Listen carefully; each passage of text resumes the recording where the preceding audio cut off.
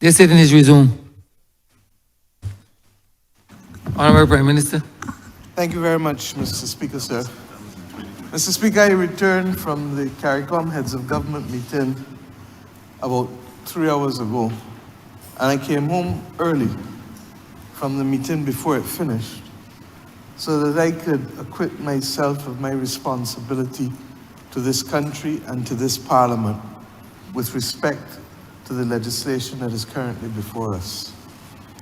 Sir, we determined as a government a few weeks ago that we were not in a position to continue to wait for the judgment of the Court of Appeal in circumstances where we believe, sir, that the judgment may still favor our position with respect to the amendments brought to the Bail Act in 2020, I believe, 2019 it was, and for which the High Court judge ruled that there had been insufficient evidence before her because of a failure of the attorney for the Solicitor General's Chambers placing affidavits in spite of being requested so to do on numerous occasions. This is not a matter that gave me any joy whatsoever as Prime Minister of this nation. And in the circumstances, we felt that the lacuna that currently existed with the Section 5.1 of the current Bail Act, because it is still the law of the country until such time as this new Bail Act is proclaimed and leads to the revocation and repeal of that legislation. But that current Bail Act provided for us a protective mechanism which was the intention of this Parliament to ensure that persons who are charged with murder, charged with firearm offenses, charged with treason or high treason should not have been granted bail for the first 24 months, with an understanding that we would seek to have the cases before the court within that time period. That process, as I just said, was interrupted.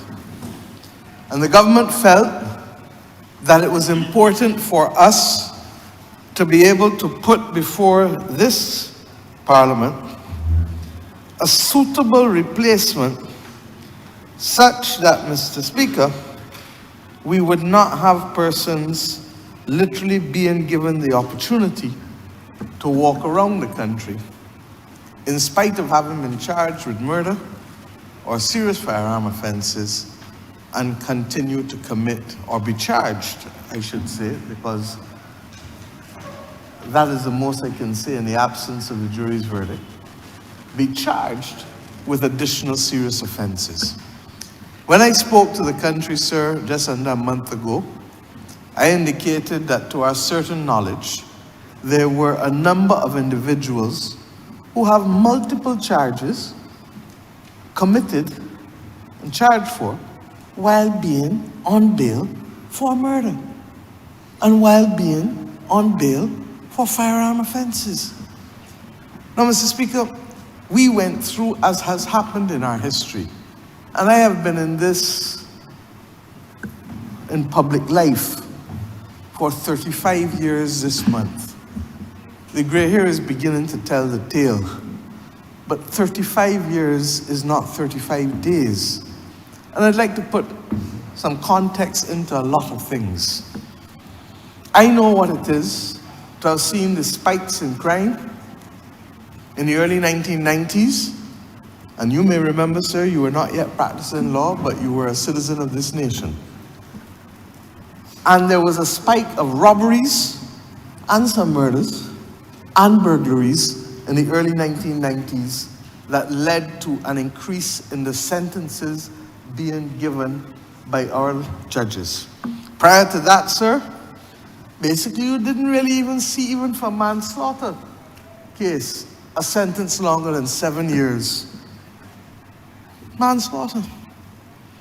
But that was in the days of Oliver and Roberts and all of them, and you got into the 20-year sentences and the 25-year sentences, and for a number of people, they were taken out of circulation, and we went back into a lull for quite a while. Mr. Speaker, just before I became Attorney General in this country, we had a spike again. And I remember that in the early days of my assuming the office, one of the things that the then Commissioner of Police, Commissioner Grantley Watson, came to discuss with me would have been a framework that he intended to put in place, including the cancellation of leave for all police officers when we had a spike once again of robberies and murders. Indeed, sir, I remember that period in terms of the context of the Liat Quick Pat robbery, which happened somewhere near to the precincts of this Parliament.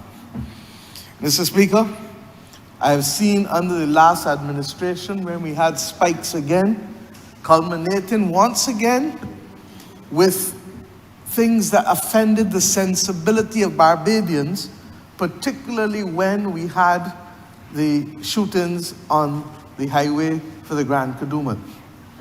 Mr. Speaker, one of the early and most difficult acts of this government was when we were sitting in cabinet and the Honourable Attorney General came back in a couple years later now again to report that there had been a shooting in Sheraton Mall, something that no right-thinking Barbadian would have ever contemplated to be part and parcel of what we would expect to see in this nation. Mr. Speaker, sir, we had a lull again. And then in late 2022, we had a spike again in a series of murders. And the one that I remember once again sticking out in my head was the shooting through the ZR in Eagle Hall, Fort Cross, a morning time. Mr. Speaker, in the month of June, we had a spike again. And in that spike, unlike the previous ones, we had both those who clearly were suffering from anger and anxiety, because half of them had nothing at all to do with other than disputes or some kind of mental related circumstances, and the other half related, regrettably, to firearm offenses in a way that we find completely unacceptable in this country, with one of them in particular reflecting a use of assault weapons that have no place in civilized society and belong, Mr. Speaker, in theaters of war. Mr. Speaker, to the best of my knowledge, we in the Americas, from Alaska to Chile, have no current war going on. Regrettably, other countries and continents do, but we do not have war going on.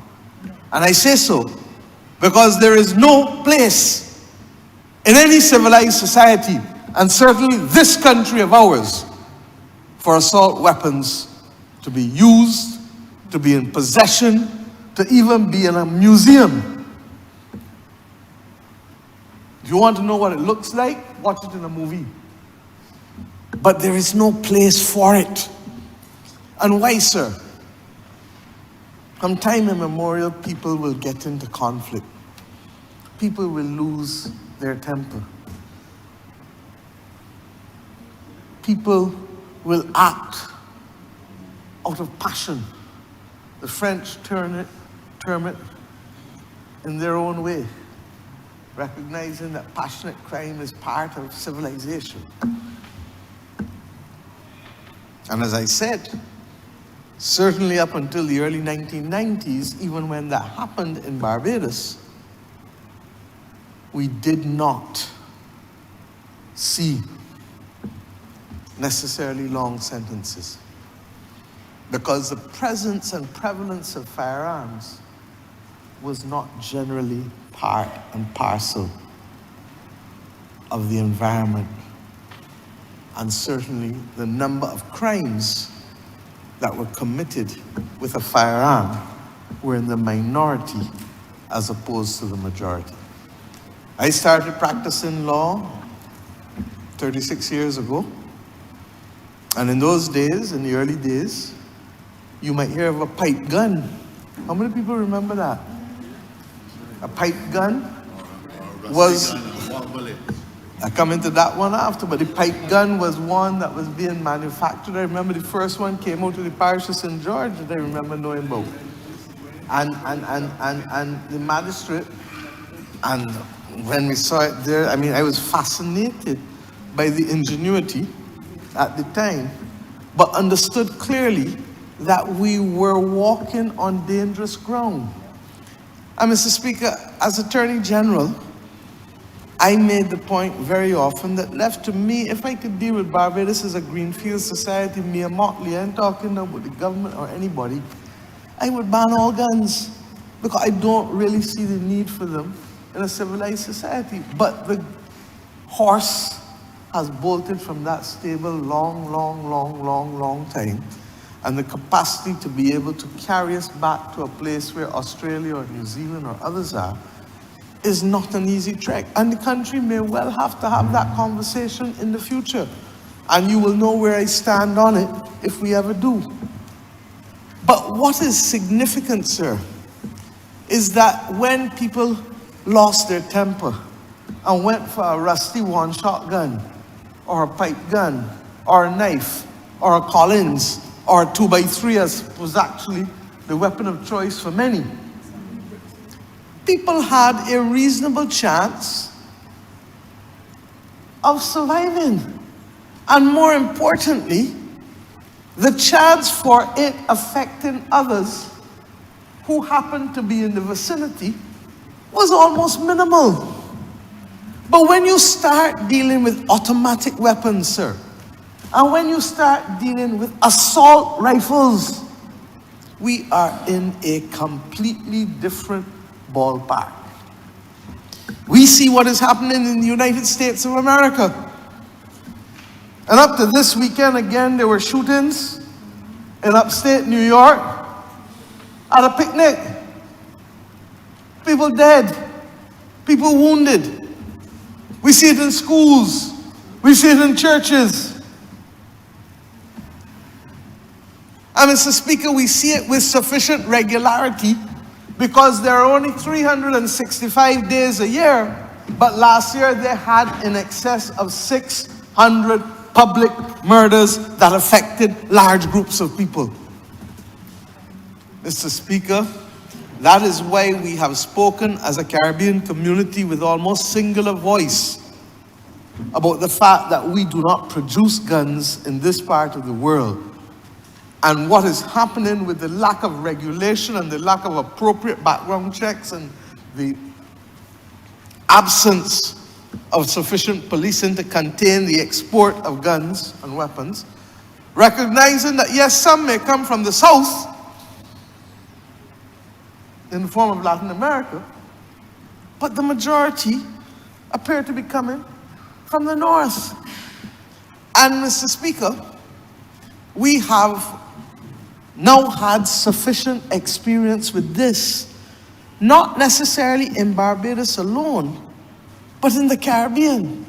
The fact, Mr. Speaker, that the top 10 countries for homicides contains 6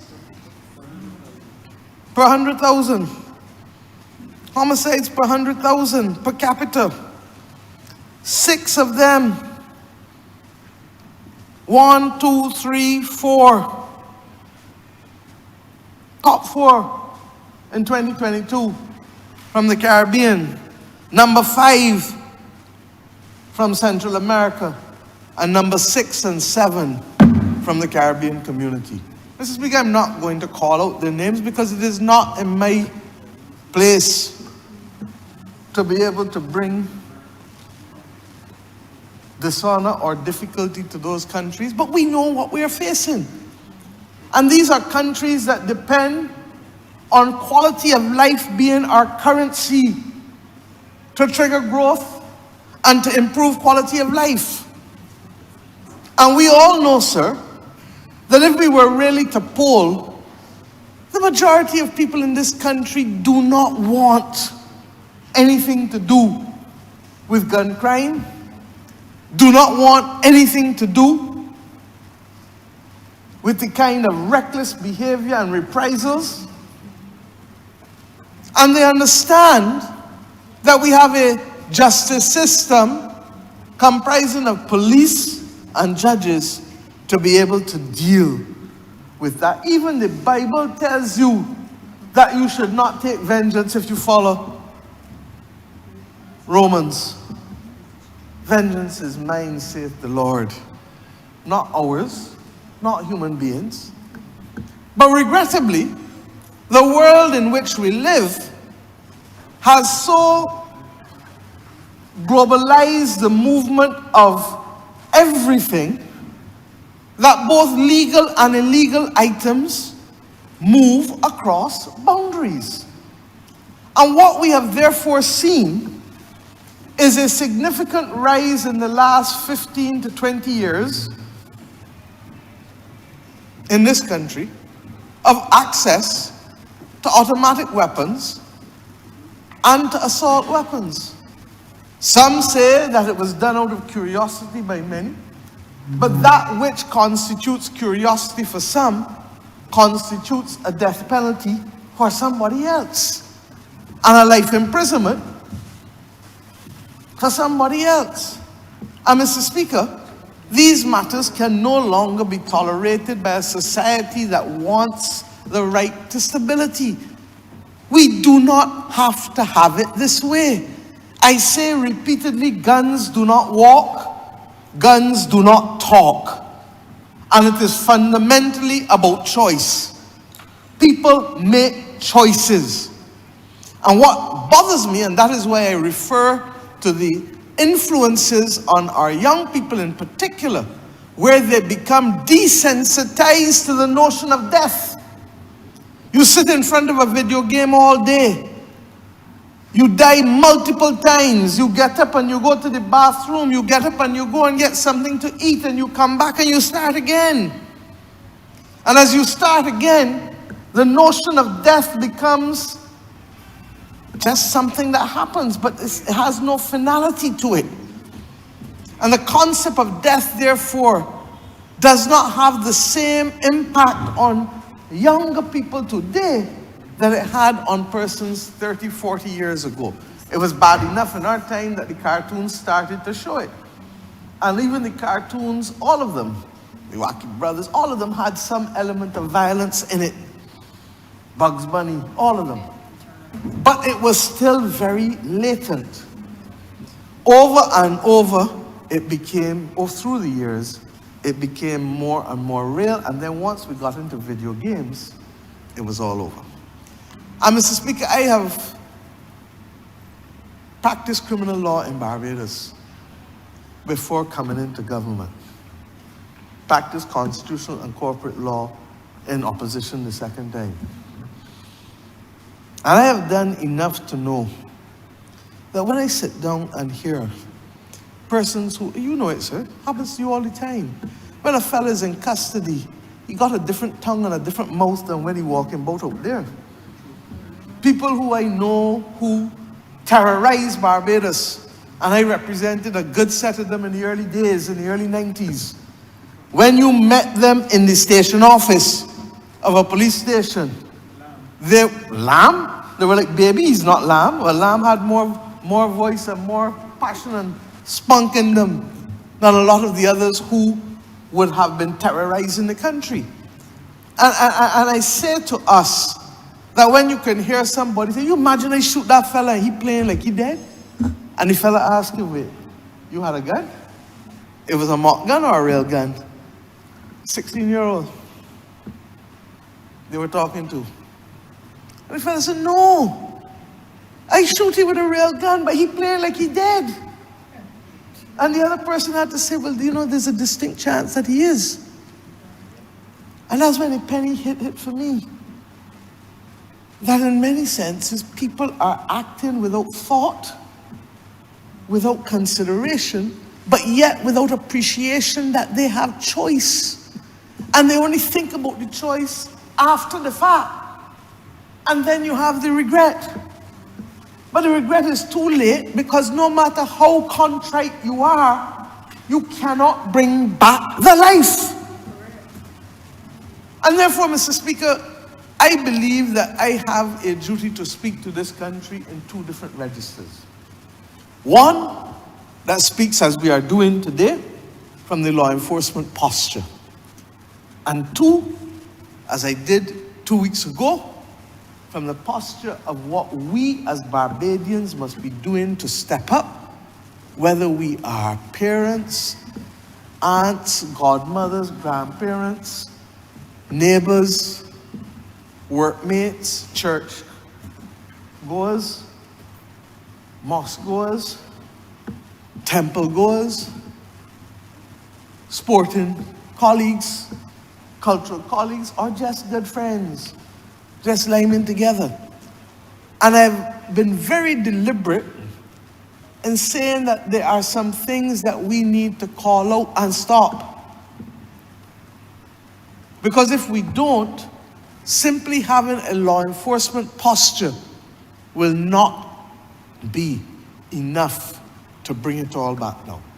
And that is why you will see from the government a number of different policy initiatives that are intended, we believe, if we can have the majority of people of this nation working in the same direction with the same purpose, that we can see success. I referred to the early 1990s, sir. Can I remind us that we were able to reduce burglaries and robberies, by 30 and 40% respectively by 2007 from 1991? So the notion that crime only has an upward trajectory has already been proven not to be so in our midst. In 2022, we had 43 murders. Last year, we were able to bring that down to 21 or 22, whatever the number was, almost half. And I thank the members of the Barbados Police Service at the beginning of this year for helping us so to do. But you know why we are here today, sir? Because the same police who risk life and who risk limb to protect all of us have said to all of us that we are doing the hard work of finding the people who are perpetrating the crime. But when we do so, and they go to court, in no time, sir, they are back on the streets and constituting the same problem that they were giving us before we charged them in the first place. Mr. Speaker, it does not take a Solomon to know that that is wrong. It equally does not take a Solomon to know that if a man is already at risk of the penalty for murder, he does not feel he has much more to lose. And therefore he can act with a certain degree of impunity and recklessness. And that is what we are trying to confront, to protect ordinary people in this country to be able to go about their business. And Mr. Speaker, I speak to this directly because it is up to all of us to be able to send the message that that is not the kind of society that we want. And typically, part and parcel of the post-traumatic stress disorder of slavery and colonialism is that we have not yet sometimes fully accepted that as we have become firm craftsmen of fate in our own society after independence, that it is up to us to maintain the responsibility of law and order and the standards, and that it is not simply a case of protecting somebody who is apparently vulnerable in your eyes at all costs to the exclusion of the stability and order of the entire society. And what this legislation does is that it reminds us, Mr. Speaker, that there is the interest of justice to be served. And that the interest of justice is not only about the interests of the liberty of the defendant or the innocence of the defendant, but it is also about the broader societal issues, Mr. Speaker, that effectively affect the quality of life, how we live, what causes us to panic, what causes us not to go somewhere, what causes us to remove ourselves from certain circumstances. All of these things help constitute the environment within which the interests of justice must be appropriately balanced against the interests of that particular individual. You may hear someone say, oh, no, and when you hear the discussion, everything is about the right of the defendant. And I, as a former criminal lawyer, will tell you that the rights of the defendant are important. But equally, the rights of the majority who are affected by the acts of the defendant are also important. And the Constitution, in its fundamental rights and freedoms, places primacy on the protection of the society by constraining every right under the Fundamental Rights and Freedoms chapter by a responsibility or a law that exists for the protection and preservation of the society, in other words, the majority. Now, Mr. Speaker, I never thought that we would have to spell it out as much as it is being spelled out here. But I also have come to recognize that mores change, customs change. What is acceptable to one generation is not acceptable to another. And sometimes we need to remind people of what is acceptable and what it is we're protecting. And this bill does so in very precise terms. Where a defendant is accused or convicted of an offense that is punishable by imprisonment, this is clause 6.1 of the bill. The court may refuse an application for bail if the interests of justice so require. And then it goes on at subclause 2 to say that in the interest of justice, it then makes it mandatory. The court shall refuse an application for bail where one or more of the following grounds are established. And let's listen to them, sir. Where there's a likelihood that the defendant, if granted bail, will endanger the safety of the public or any particular person, or will commit an offense referred to in Part 1 of the schedule. What is Part 1? Murder, firearm offenses, treason, and high treason.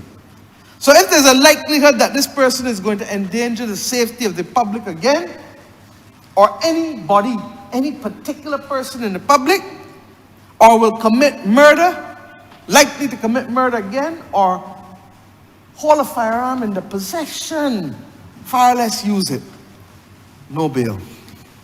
Where there's a likelihood that the defendant, if granted bail, will attempt to evade trial, but that is a standard, timeless, because bail is effectively to secure or constrain the fleeing of a person, flight risk from the arms of justice.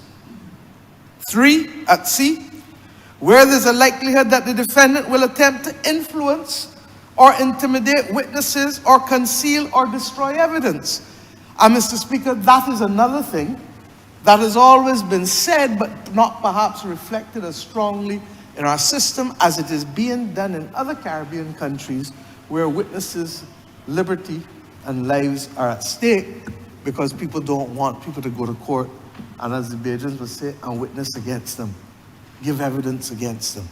And Mr. Speaker, we're going to have a serious conversation about this, not today, but the Attorney General and I have already spoken, and over the course of the next few months, we will be talking with the country about not wanting to go the road of others. D, number 4, where there's a likelihood that if the person, the defendant, is going to undermine or jeopardize the objectives of the proper functioning of the criminal justice system including the bail system. And this is where it gets wider and gives the judge even more discretion. Because the criminal justice system starts from the police, it starts from the victim really, back to the police, to the court system, to the prison system, and to anything associated thereto. And therefore, the bill now starts to expand the discretion of the judge, recognizing that we are not in a position to predict every combination and permutation of possibilities for the legislative experience. And indeed, sir, it is buttressed by the next clause, which does the same thing, but even only broader. Where in exceptional circumstances, there is likelihood that the release of the defendant will not be in the interests of public order or public safety or public security. Now, Mr. Speaker, you are a wise man. That if you release a man and it is not in the interest of public order, it is because the population has been so traumatized that there's a likelihood that somebody is likely to take justice into their own hands. And don't say it doesn't happen, because we've seen it happen not only here, but elsewhere in the world on a repeated basis. The reprisals that we talk about are an example of it. And Mr. Speaker, public safety and public security must also be considered. You know why this is interesting? Because you know, sir, that the civil procedure rules equally take an approach as is done in the criminal justice system and is being done in particular in this bill. That because we cannot predict every combination and permutation of what can happen, you repose in the judge the ability to balance the interests of what is necessary to protect public order, public safety, and public security, or what is necessary to ensure the proper functioning of the criminal justice system. In the civil procedure rules, sir, it is known as the overriding objective. Doesn't tell you what it is, but you know it when you see it. And judges know it, and lawyers know it. And if they think that they're wrong, or somebody thinks that they're wrong, that's when they go upstairs. And in our case, you can go upstairs twice. If you don't like what the Court of Appeal tells you, go upstairs again to the Caribbean Court of Justice. And there are times when the state wins, and there are times when the state loses. That is the nature of a democracy with a well-functioning judiciary and well-functioning separation of powers. And I come to this point, sir, because what we were treated to in here today by the leader of the opposition was a most unfortunate display and a dilemma of what I can only call the two P's. The dilemma of the two P's. Shall I respect professional practice, or shall I be politically partisan?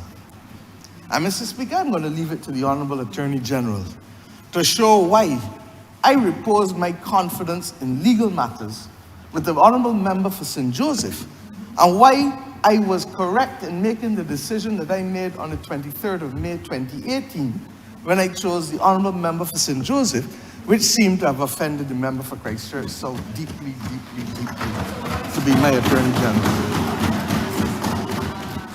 And Mr. Speaker, the Honourable Attorney General will show this Honourable Chamber that the Member for Christchurch South, who regales in the nomenclature of KC, a statement that I keep making the point says more about who he is really and what he values really, because I wouldn't know how to call myself King's Counsel after becoming a republic. I am a proud senior counsel. And for those who come on Thursday morning to walk, to commemorate the fact that our ancestors were given the right to freedom, even if not freed, 190 years ago come Thursday, you would find it difficult, sir, to believe that somebody who has been given the benefit of 1937 and 1966, and who so appears to love it that he used it as his cell number, 37 and 66, but yet he does not walk the walk that he talks. And therefore, sir, I am not surprised that he found himself coming down in the dilemma of the two P's on being politically partisan, because I know that as a senior counsel, I will not refer to him as King's Counsel. I will not be an accomplice to his denigration of his own self as an independent Barbadian. That a person who is a senior counsel could so forget the law and forget what he himself has argued, as you will hear, to come in here and talk what he talked today. Mr. Speaker, those who don't know better can put up with that. But those of us who know that it cannot be as simple as depriving and removing from the judge all discretion, such that the separation of powers is in fact effectively breached. And sir, he should be reminded of that on a daily basis, because he knows that he has to respect the separation of powers, or ought so to do on a daily basis. More than any of us, certainly more than me, on a daily basis. So that for him to come into this honorable chamber and to suggest, having called for the strengthening of the legislation dealing with bail in Barbados, urgently, and Mr. Speaker, I was woman enough to ignore the fact that he called for it the day before, and I was woman enough to stand up to the plate and say, yes, we shall join you and we shall do it. But he is not man enough in here to come and agree to what he knows is the only solution that the courts will accept. The days of mandatory death penalties, in spite of all that we did to fight it, were brought to an end because of the removal of the discretion of the judge in these matters. And even with the penalties that we have for firearms, the Honourable Attorney General will tell you that while there is a presumption that the sentence shall be for a first offence 10 years to 20, and for a second or higher offence 20 to life, there is the possibility of an exception. Mr. Speaker, when I first came to practice law, you could get away with not giving them that discretion. But not anymore, sir. In the same way that when I first studied law, I became a lawyer, sir, 36 years ago. There was no precept that said that lack of proportionality was a breach of human rights. But in the last 35 years, the jurisprudence has evolved to say that where there is disproportional conduct, it can constitute a breach of human rights. Now, sir, if I doubted that he was being politically partisan, his throwaway comment about apartheid South Africa laws gave away his hand. Because, Mr. Speaker, this legislation that we use as a premise from South Africa to deal with bail has been the subject of multiple testing in their constitutional court, not for 5 years, not for 10 years, not for 15 years, not for 20, not even for 25, sir, but upwards to near 30.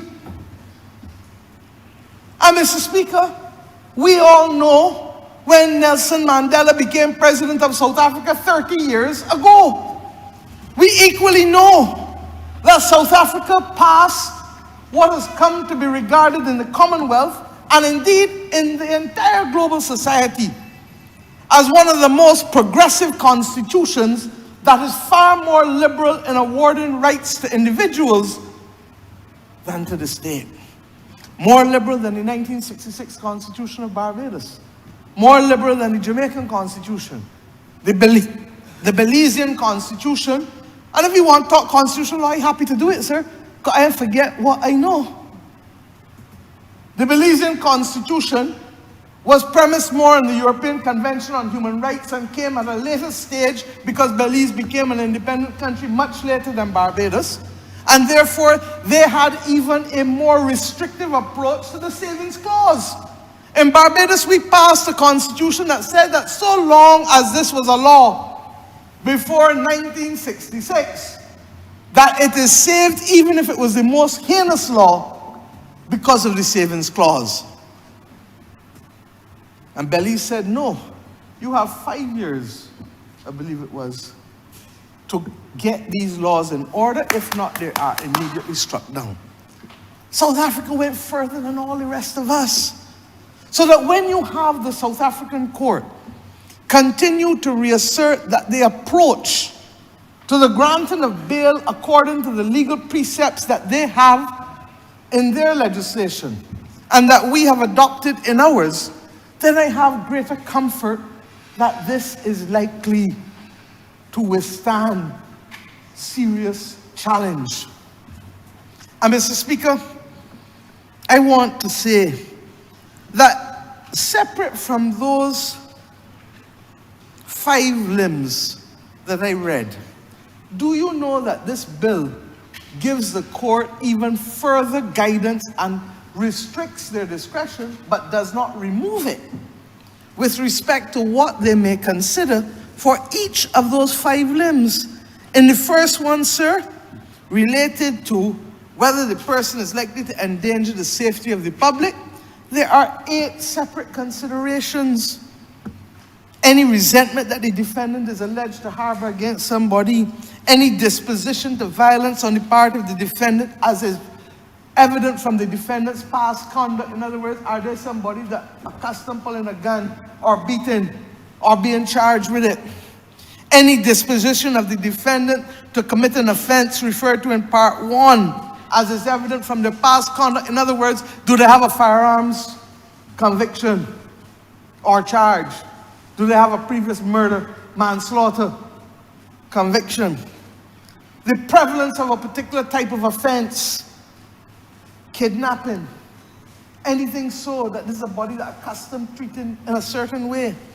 Any evidence that they, Mr. Speaker, of a threat of violence, not actual violence, you know, threat of violence to somebody else.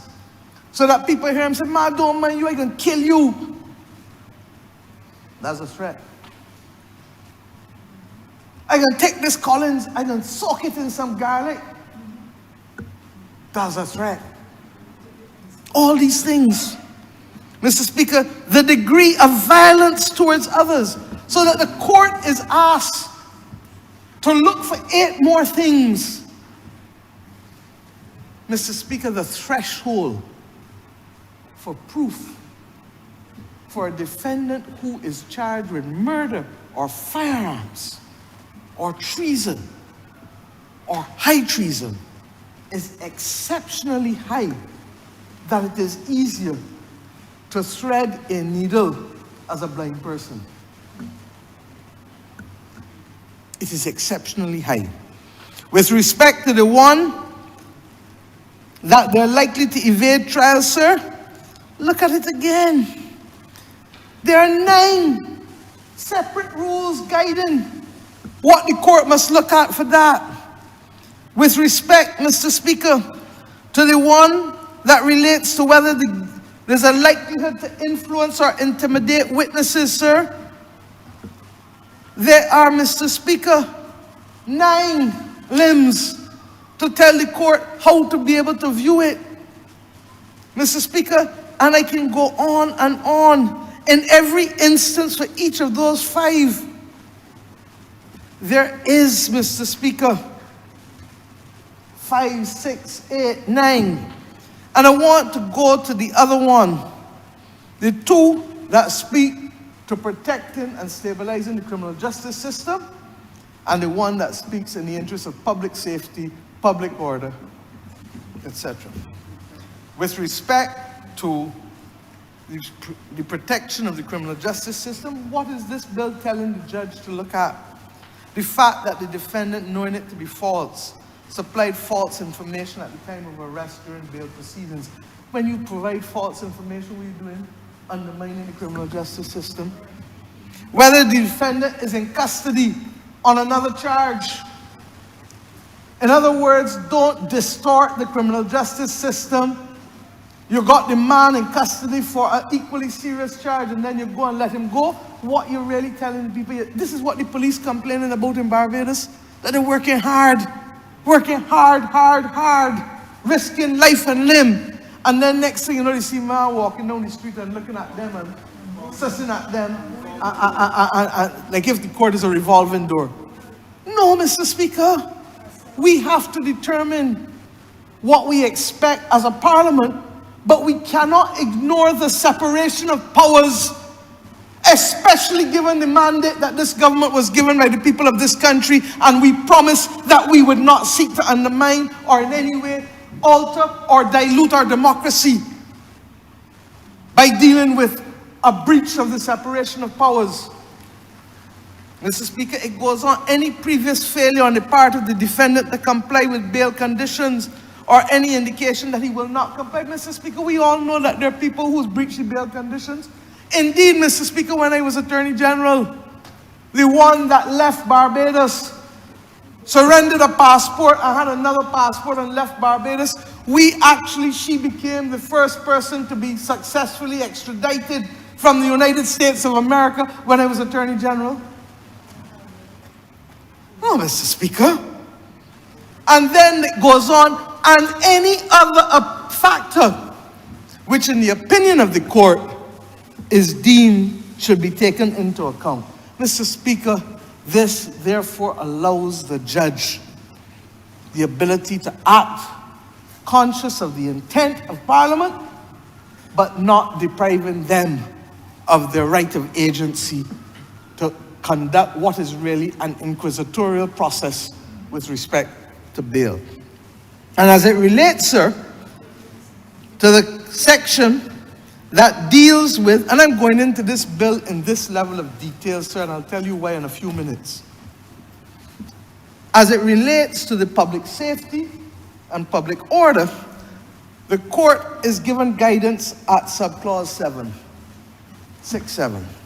Whether the nature of the offense or circumstances under which the offense was committed is likely to induce a sense of shock or outrage in the community. Mr. Speaker, I told you the outrage I felt when the bullets killed somebody in Sheraton Mall next to a blind man who to this day continues to talk about how he felt when those bullets went off. Mr. Speaker, shooting people in a ZR van on a Saturday or Friday morning with innocent bystanders going to do what? To buy food for the family, to go in town to buy a pair of shoes for the child or the grandchild, to do their ordinary business, Mr. Speaker. B, whether the shock or outrage of the community might lead to public disorder if the defendant is released. And we have already said this, that there are some offenses that lead to public disorder. It may not be this one, but look at the Olympics here recently. There's a man who was convicted of rape, who is representing a particular country. And from the time he stepped out to play the volleyball, the entire crowd booed the man. Rape of a minor. And we all know that there have been cases in this country that have incensed us, and as we read what happens in other Caribbean countries, in spite of the fact that it is over and away, the burn and the rub, and we heard of some this weekend, because we spent over 3.5 hours in caucus dealing with this difficult and vexatious issue of violence. Remember, for St. James Central will tell you that some of the cases that we heard of in the last 24 hours will chill your skin as to what is happening in the Caribbean community, sir. Because we live in the same world as everybody else where these things are happening. Mr. Speaker, it also asks the court to look at whether the safety of the defendant might be jeopardized by their release. We know of circumstances, I certainly know of circumstances where people sometimes opt to say, I really don't want bail. I can tell you when the prison burnt, there was a particular man who was taken out. They asked him whether he would lead. I will never forget it, the Sunday morning, because in any group of persons, and that's why the word gang is so sometimes deceptive, because gang implies an organized structure, but more often than not, the structure is very loose, so people can come in and out of relationships and associations. But on that particular morning, at Sunday night, Monday morning, 3 o'clock, somebody was killed. The person who was supposed to have been carrying the sway in the population as they were waiting to go down to Harrison's Point while Harrison's Point was being built. And this particular person, a young bright fella, but was in there on a particularly serious charge, I'm not telling you what. And when they turned to him and asked him if he was prepared to accept the responsibility for leadership, the man said, no, but not me. And he asked if he could see the Commissioner of Police and begged the Commissioner of Police to transfer him right away to a secure facility rather than to assume leadership of a group, because he knew that by being leader, he would immediately become a target to be taken down in only a matter of time. So that a person's liberty and life can be jeopardized for many types of reasons, and the court recognizes this, will recognize this according to the law. Whether the sense of peace and security among members of the public will be undermined or jeopardized. Is this somebody who is a sociopath? Is this a person who is going to walk out and threaten people, threaten women, threaten old ladies,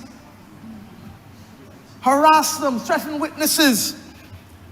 Whether the release of the defendant will undermine or jeopardize the public confidence in the criminal justice system. Mr. Speaker, we are taking out new territory in this legislation, because this legislation is recognizing not only the acts of the defendant or the acts against the defendant, but it is recognizing that a civilized society must have public confidence in the criminal justice system. Because if people do not have public confidence in the criminal justice system, they will take the law into their own hands.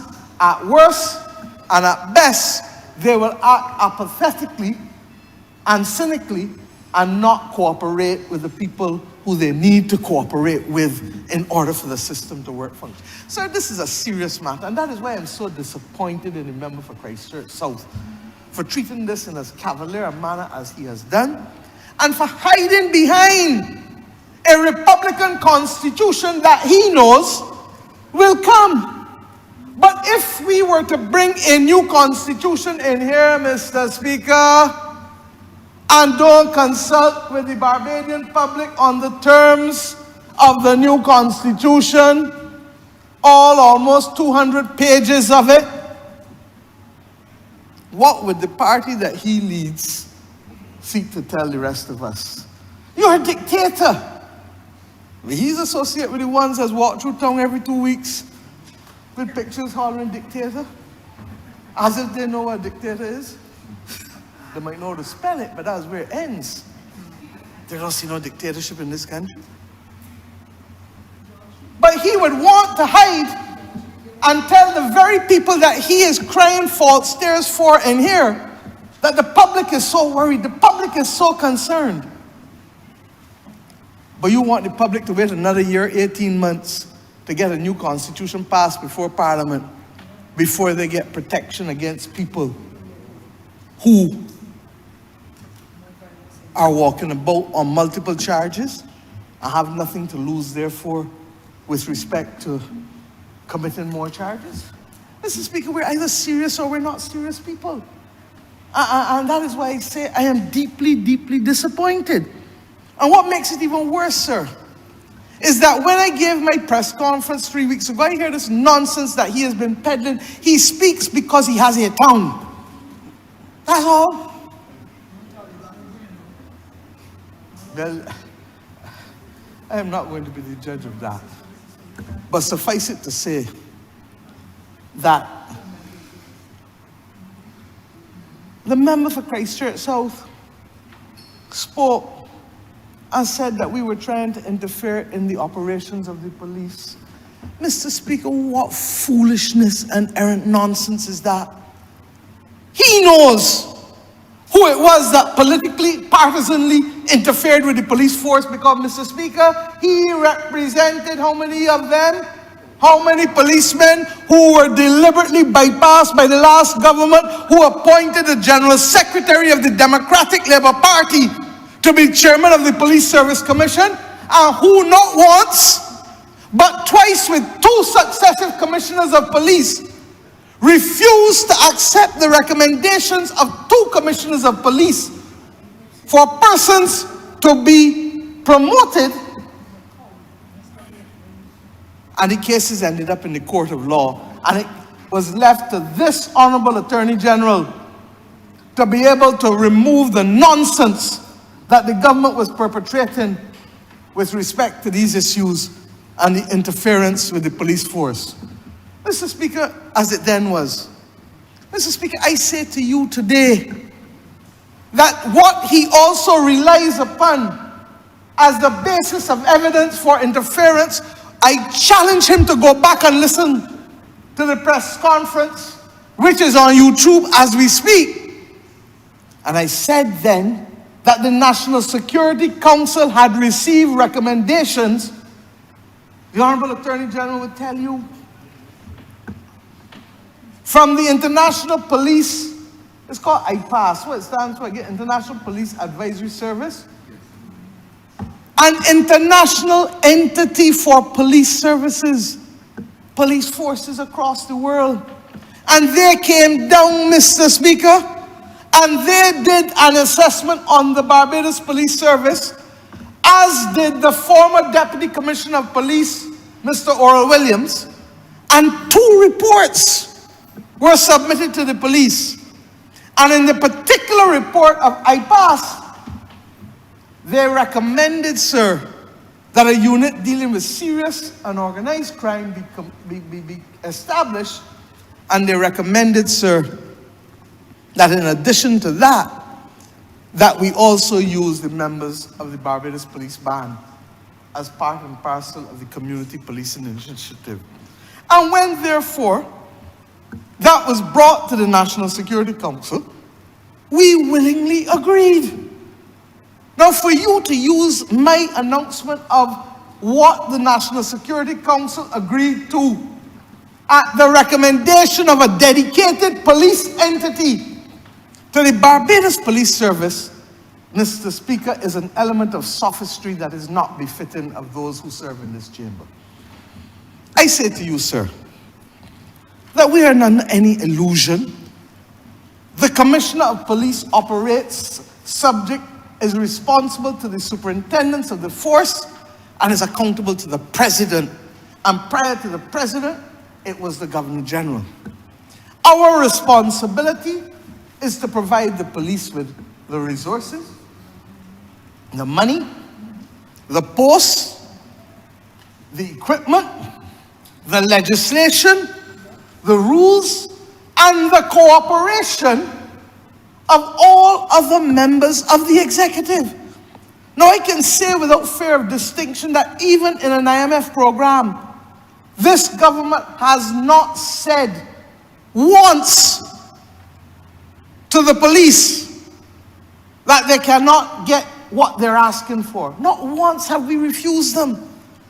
And therefore, sir, to continue, and far from that, in the budget of this year, because of the strain that we knew that the police, particularly the detectives, are working under in CID. And because of the low morale, because of the release of these men walking about the street that they work hard to find and charge, we agreed, Mr. Speaker, to create a special allowance for them because we were running into trouble with the fact that many of them could not draw flexi appropriately and were receiving, with all the other allowances, sometimes less than what a man in uniform, not investigating crime, was receiving. Our country cannot have a functioning police service without criminal investigators. The police, yes, keep order, but they investigate crime. And therefore, Mr. Speaker, for him to hide behind these facts is truly not befitting of him, even as he faces the desperation of trying to settle his party, because you have a case being settled in court and the confusion continuing at George Street. Went up to last night, in spite of a senior counsel who regales also, it must be a Democratic Labour Party thing, that they only call themselves KC, King's Counsel. They are hearkening back to a colonial past that Errol Barrow would turn in his grave if he understood that every single one of them have held on to the nomenclature KC, King's Counsel, while being a republic. But let us go on. While one KC was trying to bring order, the acting president and the acting general secretary were issuing press releases to say that only they can call meetings in George Street and nobody else. So you've gone from the presence of police. I can understand why his head is so hot, because he does not now see the line between George Street and potentially the criminal courts, nor the civil courts. And he does not see the line that is necessary to draw, as you will soon hear from the Attorney General, between what he knows and what he ought to do to protect professional practice. But suffice it to say this, sir, and I want to deal with this last point, because after this I'm done with the confusion and the distractions that they are bringing, regrettably, at the very time when the country needs to act with singular purpose to stamp out crime in this country.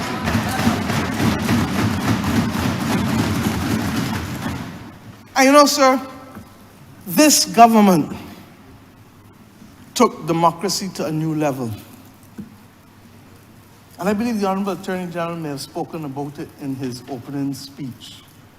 This is the government that determined that we were not prepared to bring a strategy, either for legislation or policy or funding, without briefing members of the opposition, members of the independent Senate, members of the social partnership. I remember we went across there in the West Wing, sir, and we gave a confidential security briefing so that people understood what God we were serving and why this same set of legislation and other things that we did in 2019 were so critical.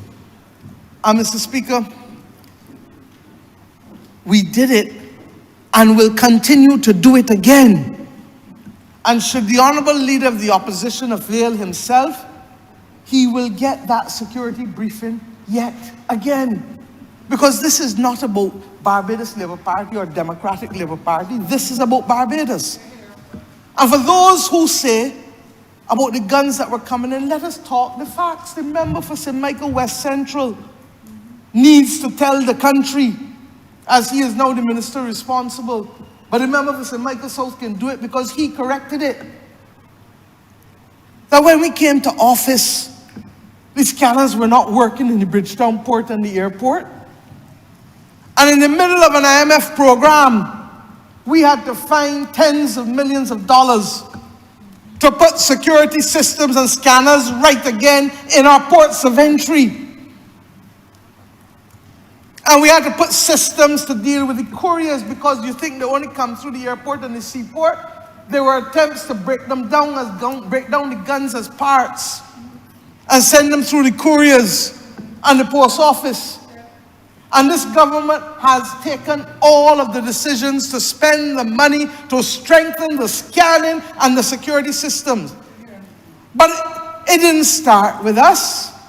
I well remember the front page with the former Attorney General, who is now liking to take pot shots at the current one, the former member for St. Philip South, on the front page with the then Commissioner of Police, telling you that the ports were the problem for the entry of guns. Now, Mr. Speaker, what happened to those guns? Do you think those guns degenerate like garbage up a mangrove?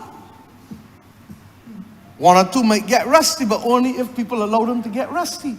Those guns are still in this country when we had open shores and open doors. Now, I'm not going to stand here and tell you that people don't try to get through the system now.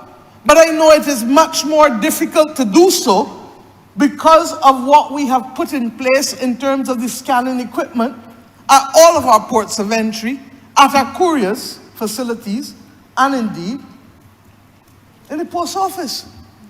And then there are other systems that I will not speak about that also trap our borders in every respect. Now, Mr. Speaker, against that backdrop, I'm saying to you that we have a duty as Barbadians to work together to resolve this problem and to put it back where it belongs, not about here. This country is too small. It's not like the larger islands in the Caribbean where you can isolate crime in one particular part of the country and get to move about. Barbados is like a city-state. And therefore the sense of panic and the sense of fear and the sense of dread will permeate easily. I had the misfortune, Mr. Speaker, of hearing yesterday a member of the other place say that she only had one working day or 2 working days to read the bill. Mr. Speaker, you had from Thursday to Wednesday. That's 6 days.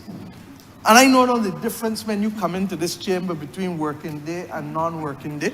I want to remind this honorable chamber, and perhaps only maybe the member for St. Joseph and the member for St. James Central who was in here at the time, that in 2005, this parliament met on a Sunday night.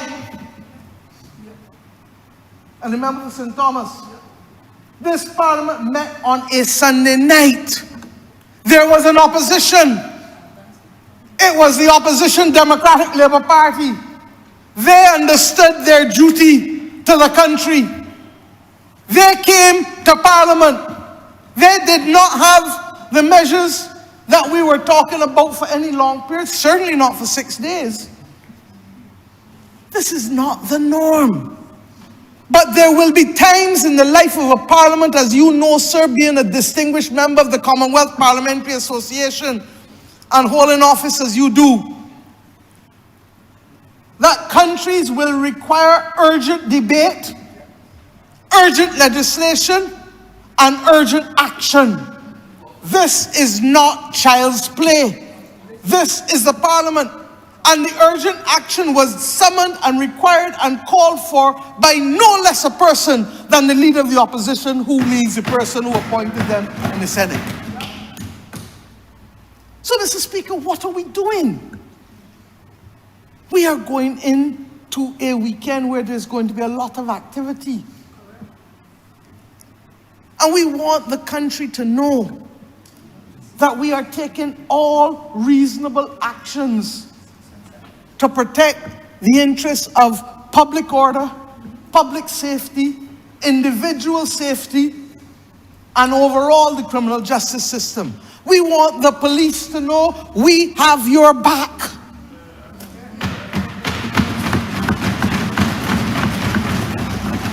We share the concern that other heads of government share and heads of state in the region, as we discussed, that you cannot be spending all this time and risking life and limb to capture people and have them walk through the court door like if it is a revolving door. Mr. Speaker, these things are wrong and will not reap success for us to have a stable, fair, just, and promising society for our people. And I say to you tonight, sir, that this government is not perfect, but it will do what it has to do to protect the people of this country, the way of life of this country, and indeed the public order and safety of this country, as we are sworn to do, sir. And that is why this bill is before this honorable chamber. And Mr. Speaker, this bill also gives the court the power to cancel and revoke bail. Look at it. Mr. Speaker, this bill, sir, says to the court that if a person is about to evade justice or attempts to interfere with any witness whatsoever, or if they have interfered already or threatened, if you go to court, you'll see what I can do with you. That's a threat. Any witness. Or if the person has defeated or attempted to defeat the ends of justice, as broadly interpreted as that, with evidence under oath to the judge. Or if the person poses a threat to the safety of the public or a particular person in the public. Or if, sir, the person has not disclosed or has not correctly disclosed, which is the duty on them in this bill, all of the previous convictions in the bail proceedings, and we find out that there were some that they didn't tell us. Or if, sir, further evidence has since come available, or factors have arisen, including the fact that the defendant gave false information in the bail proceedings. When you had the bail proceedings, Mr. Speaker, the judge can call him back or call her back and say, downtown a brush, go straight to Dodds, do not pass go, your bail is revoked. Mr. Speaker, and you can have a leader of the opposition tell us in here that this bill is like the old bill. What foolishness. And you know what makes it worse? If you call and you say you want more, you're not going to take what you get and claim ground and go for more. But what he does is to say, I oppose it. So he wants to stay in what he considers the worst possible position when the government is bringing a significant improvement, we believe the right one for the justice of the country that meets the separation of powers and the constitutionality of the issue. He says no, he wants more. He wants a raw thing. No bail for murder. Well, I would have liked it too, except that the jurisprudence has evolved. Not me. The jurisprudence, sir. I would like to sit down next to a shop with him and agree and gaff and talk. And agree to the old time days. I could tell him about the fact that nobody used to get bail when I was practicing criminal law. But the jurisprudence has evolved. And for him to get in here knowing better as a senior counsel, knowing that the jurisprudence has evolved, as you will soon find out, knowing that we have had as a country a battle for over 20 years with mandatory death penalties and mandatory sentences and all kinds. You remember that you used to be able to sentence a person who was insane to the Queen's pleasure? All them things get taken away. You know that, Mr. Speaker? And I can tell you all the courthouse lawyers in the court, all the courtyard lawyers know it too. All the courtyard lawyers know the law tight, and tall. And they will tell you that you can't do them things no more. But you will come in here to make people believe that the government is not doing enough. But yet, when the government is doing 300% more than you got today, instead of supporting it, you say you want more. But you're going, no, I want to support this. So you want reversal. You want back.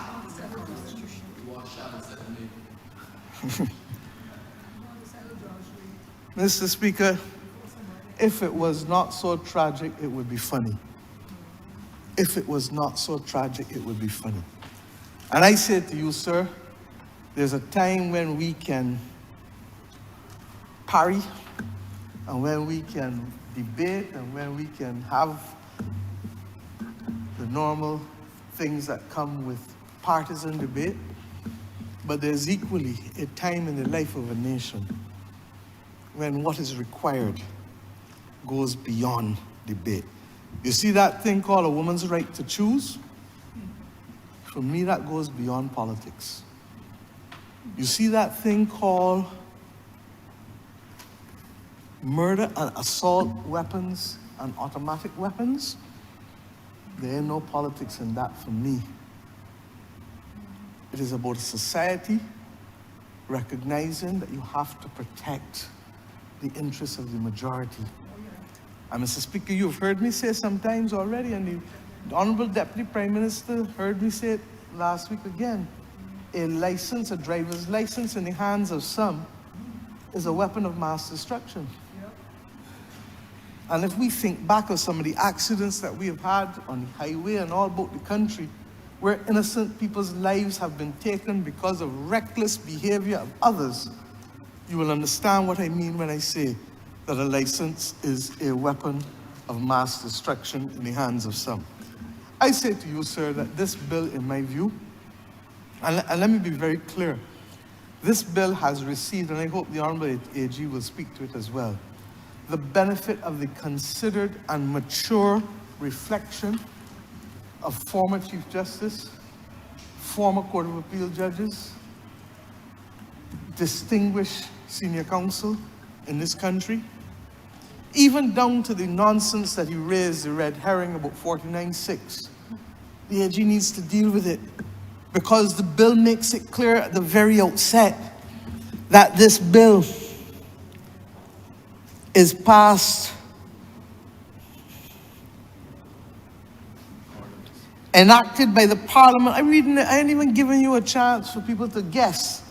Enacted by the Parliament of Barbados in accordance with the provisions of Section 49 of the Constitution as follows. Mr. Speaker, 49.6 is a subset of 49. Just for those who don't know. So that if you cloak yourself in 49, you include not 49.6. But the Honourable AG will deal with it. And I say to you, sir, that I want us to stay focused. We have a problem with the presence and prevalence of automatic weapons and with the occasional sight and use of assault weapons. I don't want to wait until Barbados is among the top 10 of homicides per capita in the world before this government acts. I don't want to wait to see more persons lose their lives. I don't want to wait to see a demoralized police service believe that they are fighting and fighting and fighting and getting little or no results because of the failure of the system. I don't want to wait for any of these things. I have asked the people of Barbados to step up individually. I've asked parents to ask the right questions about what their children bring in home. Or I've asked individual adults to find out what is the gift you're giving me that really and truly your pay packet can't allow you to buy. Because at some point, you all know that there's nothing called a free lunch. Nothing comes free just so. And in those circumstances, if I ask everybody else in this country to step up, sir, the Parliament must equally step up and do its part with respect to the legislative protection necessary for people to be able to maintain a quality of life that is not threatened by panic and fear and by the reckless actions of those who want to use guns to be able to take out people's lives. And I say to you, sir, that I believe that this is the right action that is being taken by this government. The urgency is self-evident, and indeed, sir, the seriousness with which it must be treated is equally before us. I trust and pray that as soon as this bill is gazetted and proclaimed, that it will help strengthen the hands of all who are required to protect the interests of the criminal justice system. And the law provides that if in exceptional circumstances there are reasons why a person must be given their liberty, that the judge has that ability to do so. But they are so rare and so few, given the tightness with which the bill has been drafted, that it does not have a disproportionate impact on the interests of the majority, while at the same time protecting the rights of the individual under the fundamental rights and freedoms of our Constitution. That there will be a new Constitution is without debate. But it is not going to be here in 2 months or 3 months or 4 months. And we do not have the luxury of time. And therefore, the government has chosen this way in the same way that we have chosen other pieces of legislation to bring to protect us. I want to thank the Honourable Attorney General, the drafters, the lawyers who gave of their time urgently, and those who have taken the time to read this. And may I say that on Thursday, even before Cabinet finished, because we knew we were going to do this in all of its stages, and by the way, Trinidad did theirs in all of its stages, and other countries have done similar bills in all of their stages relating to this criminal justice issue too, that because we knew that that was the intention, instructions were given to the Leader of the House, the Honourable Deputy Prime Minister, to communicate and send the bill to the Leader of the Opposition even before Cabinet finished its business on Thursday. That is how serious we took our responsibility to share with him what is before us today. And did he get the legal opinion as well? And he can get a legal opinion if he wants. And I am saying to you, sir, that a session was also arranged for the Honourable Attorney General to carry the members of the Senate through the provisions of the bill, recognizing that because it was going to be done in all of its stages, we wanted to give them the full benefit of everything that the Cabinet would have had access to with respect to this legislation. So, Mr. Speaker, I am obliged to the Honourable Attorney General and all who provided him with the ability to act and deliver this bill before us so that we may act in the interests of good order, peace, and good governance, and importantly so, the comfort of all Barbadians, not believing that this is a single panacea, but this is part and parcel of a tool, a policy set that is necessary to keep our country safe and to keep Bajans safe. I'm obliged to you, sir.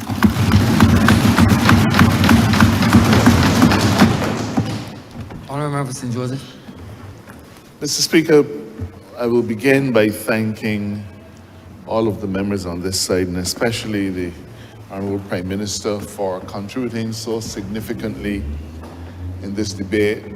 Each one of the members on this side touched on important issues, and their speeches collectively and individually reflected a clear stance by this administration on how we intend to deal with the issue of law and order.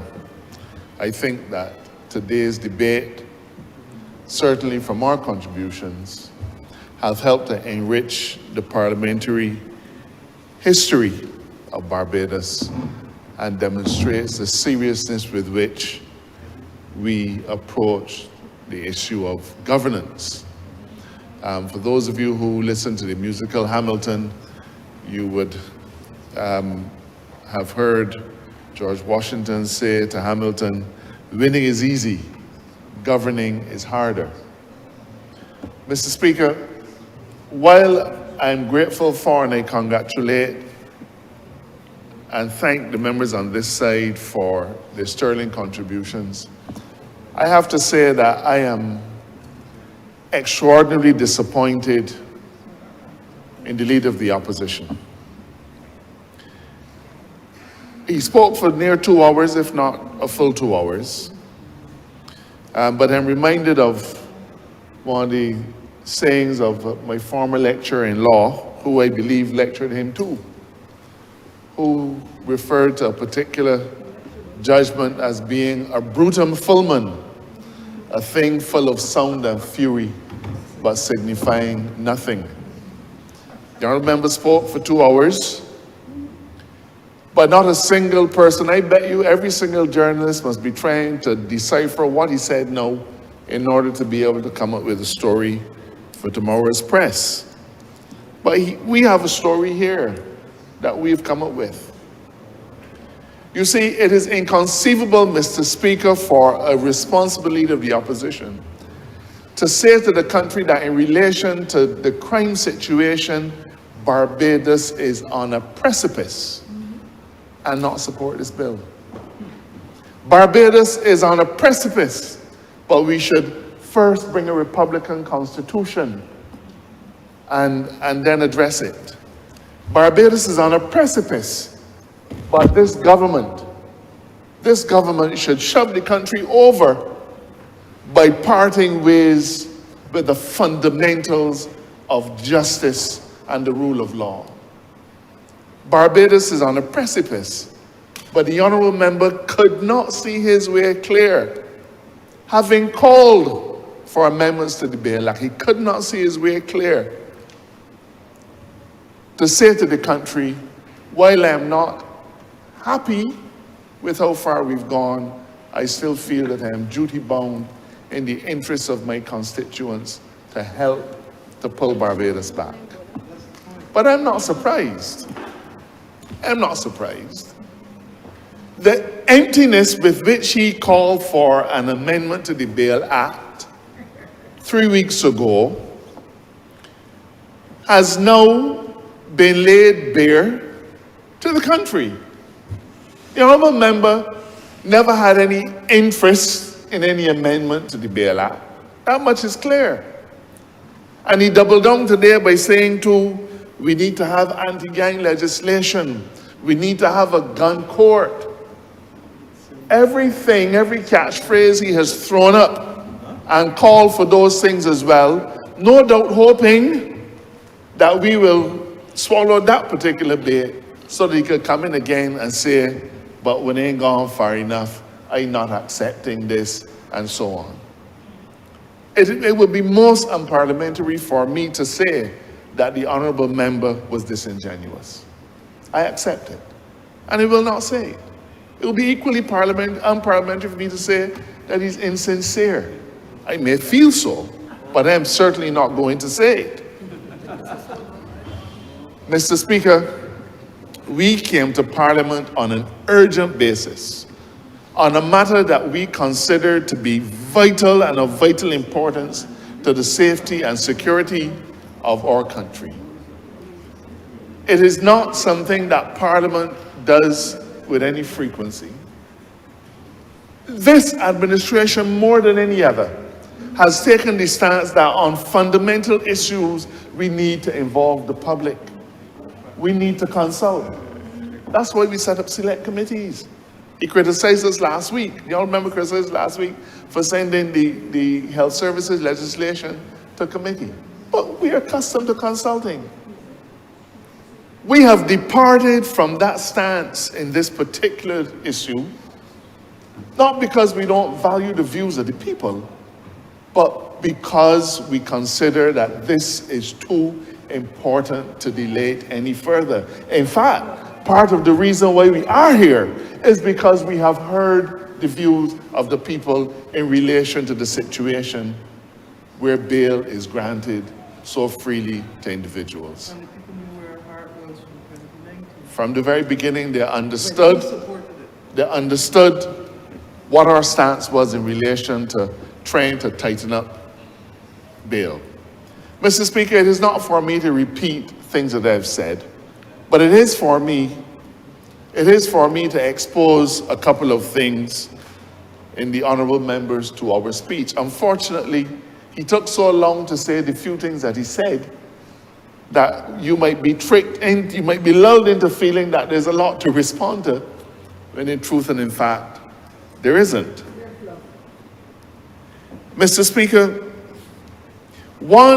and you know, I did say that the honourable member was bound to come up with some reason why this bill was unconstitutional. He was bound to do it, because that is his constant mantra. And today he dug deep and came up with a piece of legal fiction alleging that the bill was not properly drafted, it was not properly before Parliament, because we have not followed Section 49 of the Constitution. In his view, he felt that there should be something else that we ought to have said, and he referred to the Tenantry Freehold Purchase Act and a whole set of other things.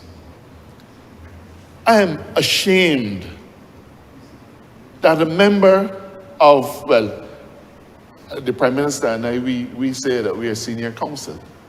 Leader of the opposition still sees himself as one of His Majesty's counsel.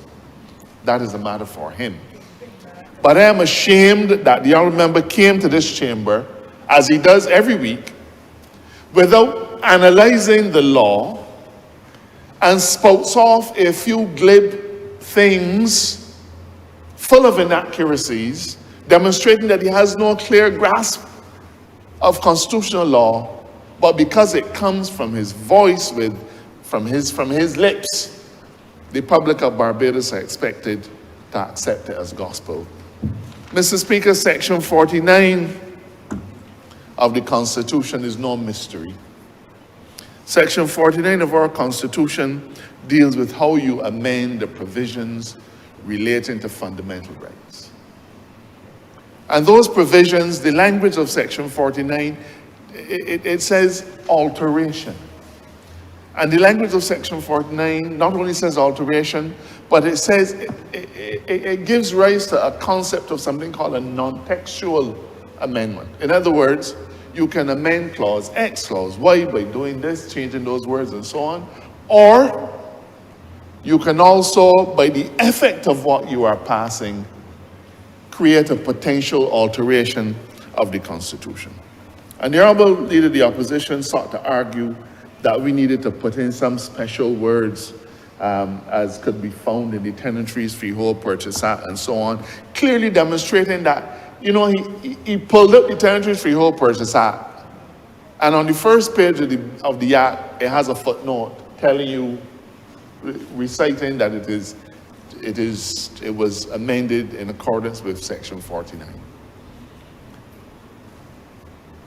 If the honourable member had trouble to look up the history of the Tenantries Freehold Purchase Act, if he troubled to read it himself, he would have recognized that in that particular instance there were two specific provisions that the Tenantries Freehold Purchase Act sought to amend. Not by any implication, not by any modification, but sought specifically to amend. And the framers of that legislation felt that in that instance, it was appropriate to say what those specific sections were. And that's what they did then. But if he troubled to look at any of the other laws, the many laws that we've passed pursuant to Section 49, it should immediately strike him that there is no settled formulation. But somehow or another, he got it in his head that we needed to follow the path taken back in the 80s, as was done under the Tenantries Freehold Purchase Act. Now, let me tell you what Section 49 says. Section 49, 49.6. 49.6 says, no act of Parliament shall be construed as altering this Constitution unless it is stated in the Act that it is an act for that purpose. This is what we call bald language. There ain't nothing about this that requires any massaging or any dissecting or interpretation. No act shall be construed as altering this Constitution unless what? It is stated in the Act that it is an act for that purpose. It isn't required, Mr. Speaker, to go into any greater detail than what is required under 49.6. All that you need to say in the Act is that it is being passed in accordance with Section 49, which makes it quite clear that it is an act being passed for that purpose. This is a formulation that we've used time and time and time again. If you remember trouble to to exercise his brain, he would see that this is the formulation. There's no subtle formulation. We simply have to state, as is stated after the long title, that the act is being passed in accordance with Section 49. Section 49 is therefore fully satisfied. Mr. Speaker, the Honourable Member has said that this bill has not gone far enough. If it were not for the courtesy that myself and others show this chamber, I believe that we would have laughed out loudly. The Honourable Member posited that what this government ought to have done was in effect to destroy the concept of the rule of law in order to deal with the question of bail. The Honourable Member said, we, meaning this administration, ought to have come to Parliament today and said a person charged with murder cannot get bail. Plain and simple. Plain and simple. He would have driven a horse, what is it they say, a carriage and 4 horses through the fundamentals of our constitutional law. You cannot, on the one hand, contain that the Constitution is the supreme law of the land, contain, as he has, that constitutional rights are paramount, contain week after week after week, this is not constitutional, that is not constitutional, but then tell us in this chamber that we are supposed to abandon the very principles on which our Constitution stands.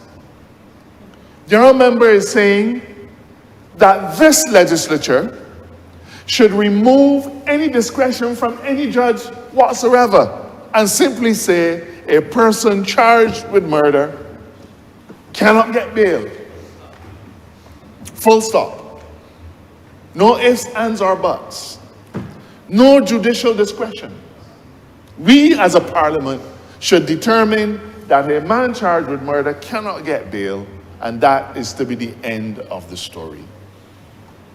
Mr. Speaker, I am horrified. I am horrified that a person who should be learned in the law would contain such rubbish. I'm horrified, Mr. Speaker. And you know what is so bothersome about it is that the Honourable Member knows better. Because he has, in the course of his professional career, argued stridently for the maintenance and the sanctity of the doctrine of separation of powers. And for the members of the public, the doctrine of separation of powers means that the judiciary has to be able to do its work without any fetters being imposed on it by the legislature. It has been discussed, dealt with in the highest courts of the land. It has been dealt with and reaffirmed time and time again by the Privy Council when the Privy Council was our highest court of appeal. It has been ruled upon time and time again by the Caribbean Court of Justice, which is now our highest court of appeal. It is settled law that a judge must, in the carrying out of his judicial functions, have a discretion to act as justice requires from time to time. But the Honourable Member wants to say, down with that. We as a parliament are now taking on the role of the judiciary. You know what's embarrassing about that? The Honourable Member flew a kite in here and said that this administration is getting involved in policing. We are getting involved in how the police functions. You know, Mr. Speaker, all that the Prime Minister did was to make an announcement of an entity, of a department in the police service that the police service wanted to establish, that was recommended. That's all that the Prime Minister did. She announced something that the police had said we are going to do, and that got the benefit of the approval of the National Security Council, which the Prime Minister chairs. Now, the Honourable Leader of the Opposition is saying that that is interfering with the police. Somehow it didn't occur to him that if we should say a person charged with murder can't get bail, that would be an interference with the judiciary. He couldn't see that. But he could see the Prime Minister making an announcement that that is an interference with the police. But Parliament should be able to interfere with the rule of law as it sees fit. I told you though, sir, that he knows better. He knows better. And if the Honourable Member is so confident about what he's saying to the Chamber today, I have to ask him how he explains his stance in the Court of Appeal in 2014 when he was involved as the lead counsel in a case called Alexander. Alexander, Mr. Speaker, I believe you know it very well. Alexander is a case which had to do with a statutory minimum penalty for a firearm. A statutory minimum penalty for a firearm. The legislature had said if a person is charged a second time with a firearm, his penalty shall be no less than 15 years. The legislature said it. Isn't there a parallel, Mr. Speaker, between what the Honourable Member is saying now, that the legislature say that a person charged with murder can't get bail? Shall not get bail. But Mr. Speaker, with your leave, sir, but I believe that decisions of the court are exempt from the rule which says that we can't quote in Parliament. Mr. Thorne QC, as he then was, because he's a KC now, for the appellant, urged on this court that the sentence imposed by the trial judge was invalid on the ground that Section 30 of the Act was inconsistent with the Constitution of Barbados, and therefore the sentence and trial were a nullity. He cited in support the observations of Lord Diplock in the Locus Classicus, Hinds and the Queen, that implicit in a Westminster model constitution is the idea that judicial power is to continue to be vested in persons appointed to hold judicial office in the manner and on the terms laid down in the chapter dealing with the Judicial. Mr. Thorne QC also contended that Section 30 fettered a judge's discretion to consider and impose a non-custodial sentence or a sentence shorter than the mandatory minima imposed in Section 30. Mr. Thorne QC also contended that Section 30 fettered a judge's discretion to consider and impose a non-custodial sentence or a sentence shorter than the mandatory minima imposed in Section 30.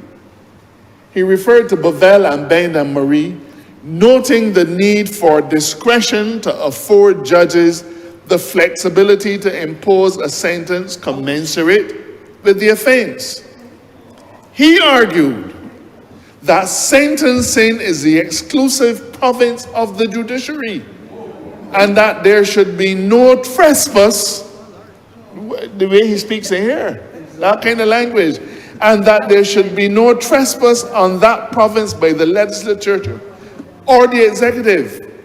Section 30 infringes the separation of powers that underlay the philosophy, structure, and organization of Barbados's constitutional arrangements, which permitted Parliament to set a maximum penalty for imprisonment, but prescribing the minimum. He urged the court to sever Section 30 from the Act. Now, Mr. Speaker, the Honourable Leader of the Opposition argued in the Court of Appeal that it was wrong and unconstitutional for the legislature to remove the discretion of a judge when it sought to set a statutory minimum. He argued that it was inconsistent with our constitutional theory. Today, Mr. Speaker, the Honourable Member has reversed his well-considered and reasoned opinion, and in fact, he won the case. He won the case, you know. So I didn't say he lost it, he won it. The court agreed with every single one of his arguments. It just shows that in everything he does not like to win. But he It won is- here and left, he will lose. No argument, so. Mr. Speaker, it shows that the Honourable Member comes into this chamber not functioning from a point of principle, but making arguments convenient to the occasion. Because I have no doubt, Mr. Speaker, that somebody out there is going to say, man, he was right, man, we should pass a law. We should pass a law. The Honourable Member needs to be honest, and he needs to be true to his training. He needs to be true to his training. You cannot, on the one hand, say that you support the Constitution on which our country is built, while saying that this Parliament should ignore those constitutional precepts. The Honourable Member sought to disguise it by saying that we should bring a Republican Constitution, and in that Republican Constitution we can do away with the concept of bail, and therefore to do so, to do what he asked would not be running afoul of anything. But the Honourable Member also has to remember that Barbados has long been a treaty to a large number of international human rights conventions. And any constitution that we pass that seeks to do away with fundamental norms is not likely to stand the test of time either. And the real problem, Mr. Speaker, is when you open that Pandora's box, where do you stop? Will the leader of the opposition say that we should pass a law saying that when we take up people's land, we don't have to pay them compensation? Is that what is next? Arguments of convenience, but absent any rational thought. Mr. Speaker, it is entirely open to the leader of the opposition to reject this initiative.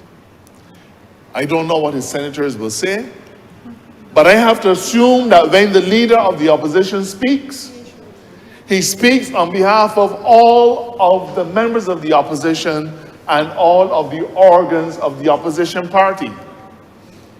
So the people of Barbados are entitled to draw the conclusion that the entirety of the Democratic Labour Party rejects this effort to tighten up bail.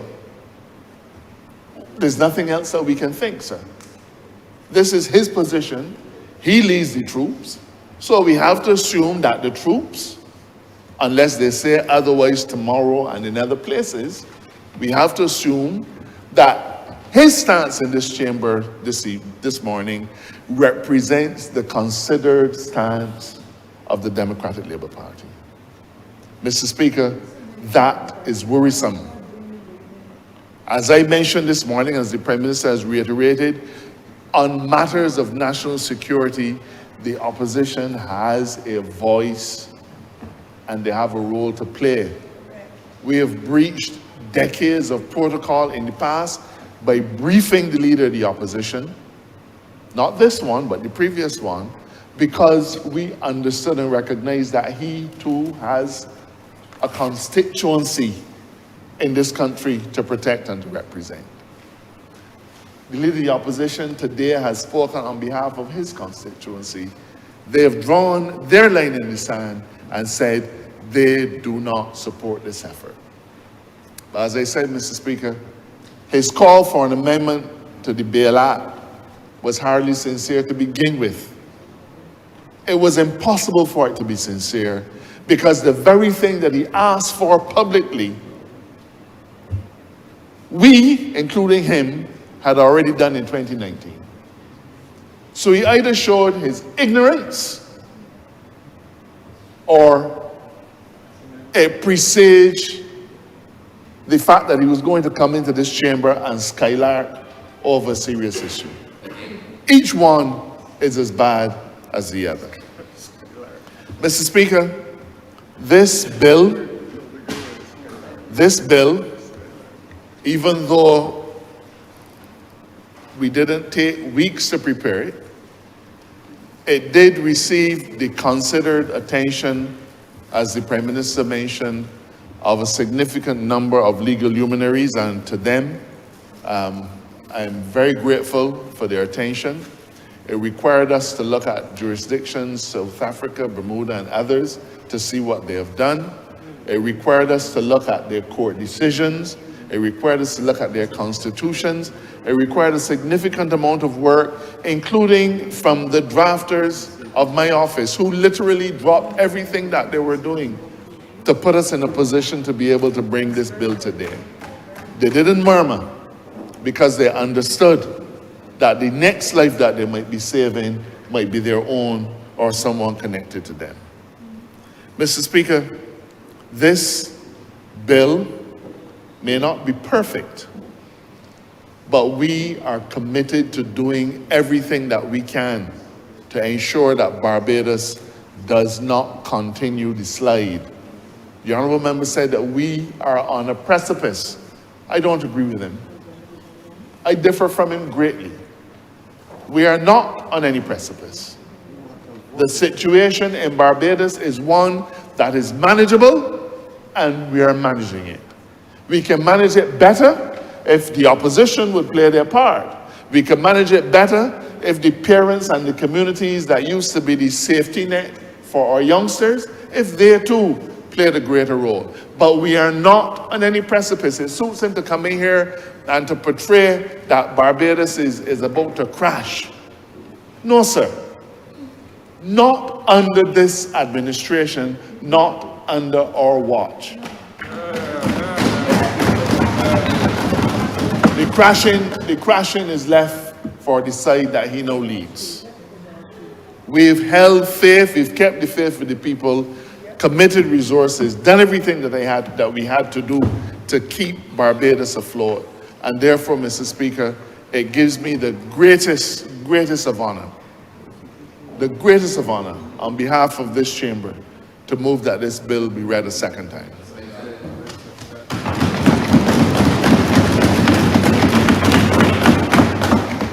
The question is that this bill be read a second time. All those honourable members in favor, please say aye. Aye. Those against, please say no. Me think the ayes have it. Mr. Speaker, I beg to move that this House do not resolve itself into committee for further consideration of the bill. Question is that I do not leave the chair and the House resolve itself into committee for further consideration of this bill. All those honourable members in favor, please say aye. Aye. Those against, please say no. Me think the ayes have it.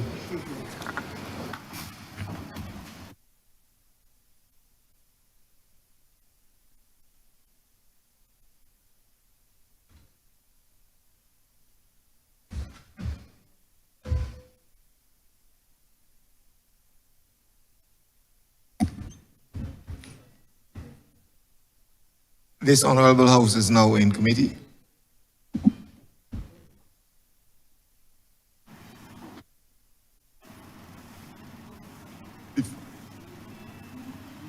My file, my desk.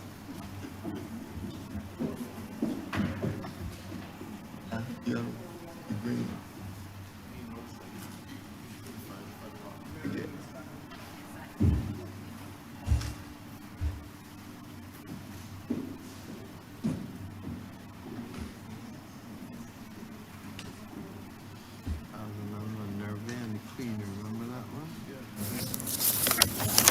Mr. Chairman, may we take the bill in parts? Part 1, clauses 1 through 3. Mr. Chairman, I beg to move that Part 1, being clauses 1 through 3, stand part. The question is that Part 1, clauses 1, 2, 3, stand part. All honourable members in favour, say aye. Aye. Honourable members against, say no. I think the ayes have it. Part 2, clauses 4 through 7. Mr. Chairman, I beg to move that Part 2, being clauses 4 through 7, stand part. I second that, sir. The question is that Part 2, clauses 4 through 7 stand part. All honourable members in favour, say aye. Honourable members against, say no. Methinks the ayes have it. Part 3, clauses 8 through 12. Mr. Chairman, I beg to move that Part 3, being clauses 8 through 12, stand part. I second that, sir. The question is that Part 3, clauses 8 through 12 stand part. All honourable members in favour, say aye. Honourable members against, say no. Methinks the ayes have it. Part 4, clauses 13 through 18.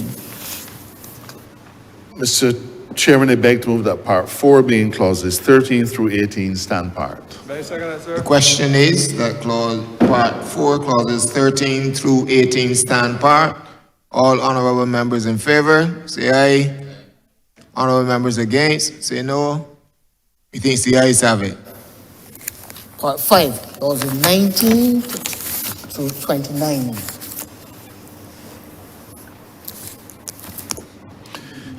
Mr. Chairman, I beg to move that we amend this part by deleting clause 29 to explain to the chamber. Clause 29 provides that the act shall come into operation on a date to be fixed by proclamation. When once you adopt that approach, there's usually going to be some lag in terms of when it actually comes into force. Gazetting, however, means that as soon as it is gazetted, it becomes law, and therefore, given the urgency, it is better that we delete clause 29, and as long as that clause is not there, it will come into force upon gazetting, and therefore we will see the act coming into force without the need for any further action, and in a far quicker way than if we have to go to the proclamation stage.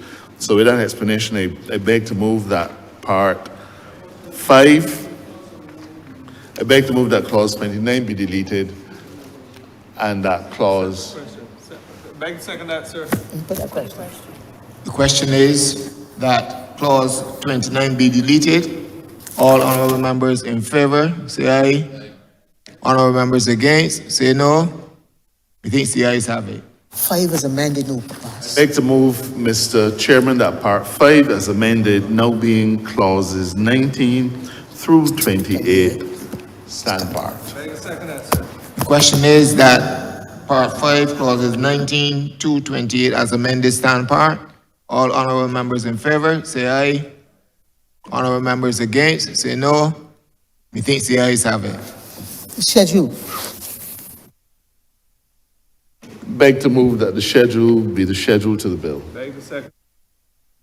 The question is that the schedule be the schedule to the bill. All honourable members in favour, say aye. Honourable members against, say no. Methinks the ayes have it. Report. Mr. Chairman, I beg to move that you do no report is under the Speaker the passing of one bill with an amendment in committee. The question is that I do not report to His Honour the Speaker the passing of one bill with amendment in committee. All honourable members in favour, say aye. Honourable members against, say no. Methinks the ayes have it.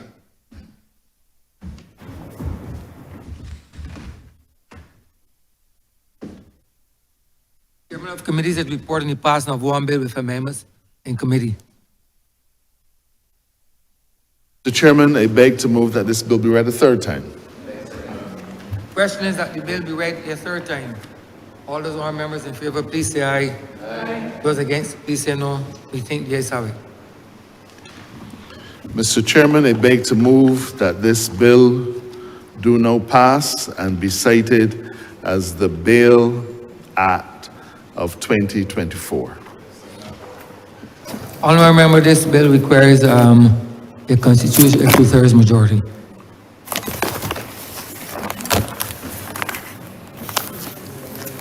Your hearing. Put the question. What a question. Honourable Ms. M.A. Mortley. Honourable Ms. Joe Bradshaw. Aye. Honourable D.D. Marshall, Aye. Honourable K.D. Simmons, Aye. Honourable Dr. Leon W.W. Duguid, Aye. Honourable Ms. Sandra Husbands, Aye. Honourable Wilfred Fred Abrams, Aye. Honourable Indar A. Ware, Aye. Honourable Adrian R. Ford, Aye. Honourable Colin E. Jordan, Aye. Honourable K.D.M. Humphrey, Aye. Honourable G.P.I. Goodin Edgell, Aye.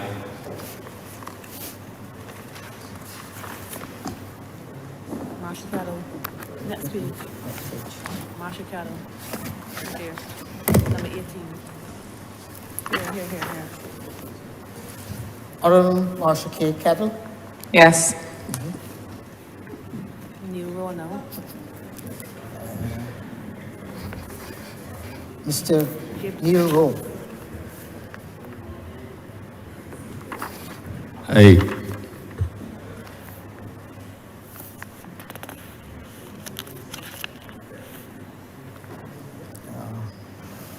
Gibbs. You got Gibbs more. Gibbs. Mr. Christopher Gibbs, Aye. More. Ms. Tony Moore, Aye. Ford. Her Honor Cynthia Ford, Aye. Mr. Peter Phillips, Aye.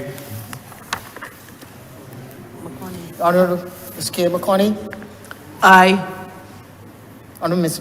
Davison Ishmael, Aye. Springer. Dr. Ronald Springer, Aye. Mr. Trevor Prescott. Aye. 1, 2, 3, 4, 5, 6, 7, 8, 9, 10, 12, 13, 14, 15, 16, 17, 18, 19, 20, 21, 22. Mr. Speaker, 22 honourable members voted aye.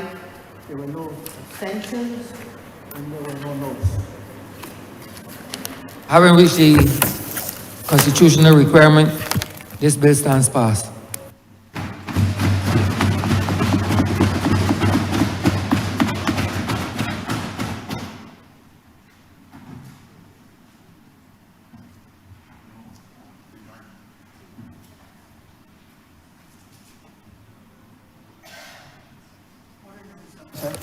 Wait.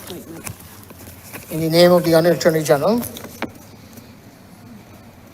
to move the second reading of the Criminal Justice Plea Negotiations and Agreement Bill 2024. Honourable Member St. Joseph.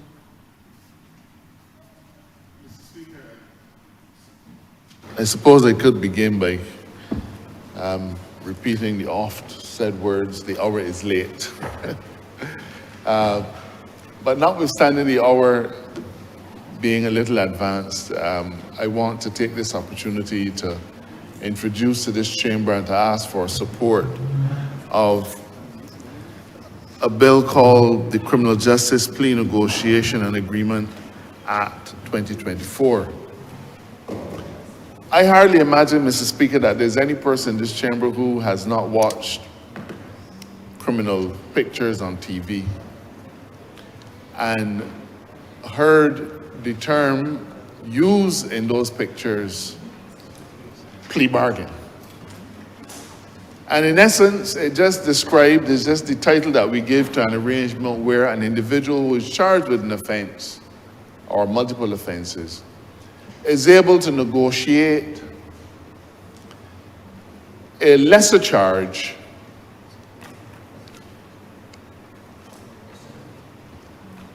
and that lesser charge is accompanied by a plea of guilty, and then it is put to the court for the court's approval. Mr. Speaker, we have begun in earnest the exercise of reforming the criminal justice system. It may have been referred to earlier in this chamber, earlier today in this chamber, but for the record, I think it is important to say that last year, the Office of the Attorney General hosted a 2-day criminal justice symposium at which we looked in depth at the challenges that are attendant with the criminal justice system and tried to come up by way of a consensus with some solutions that might help us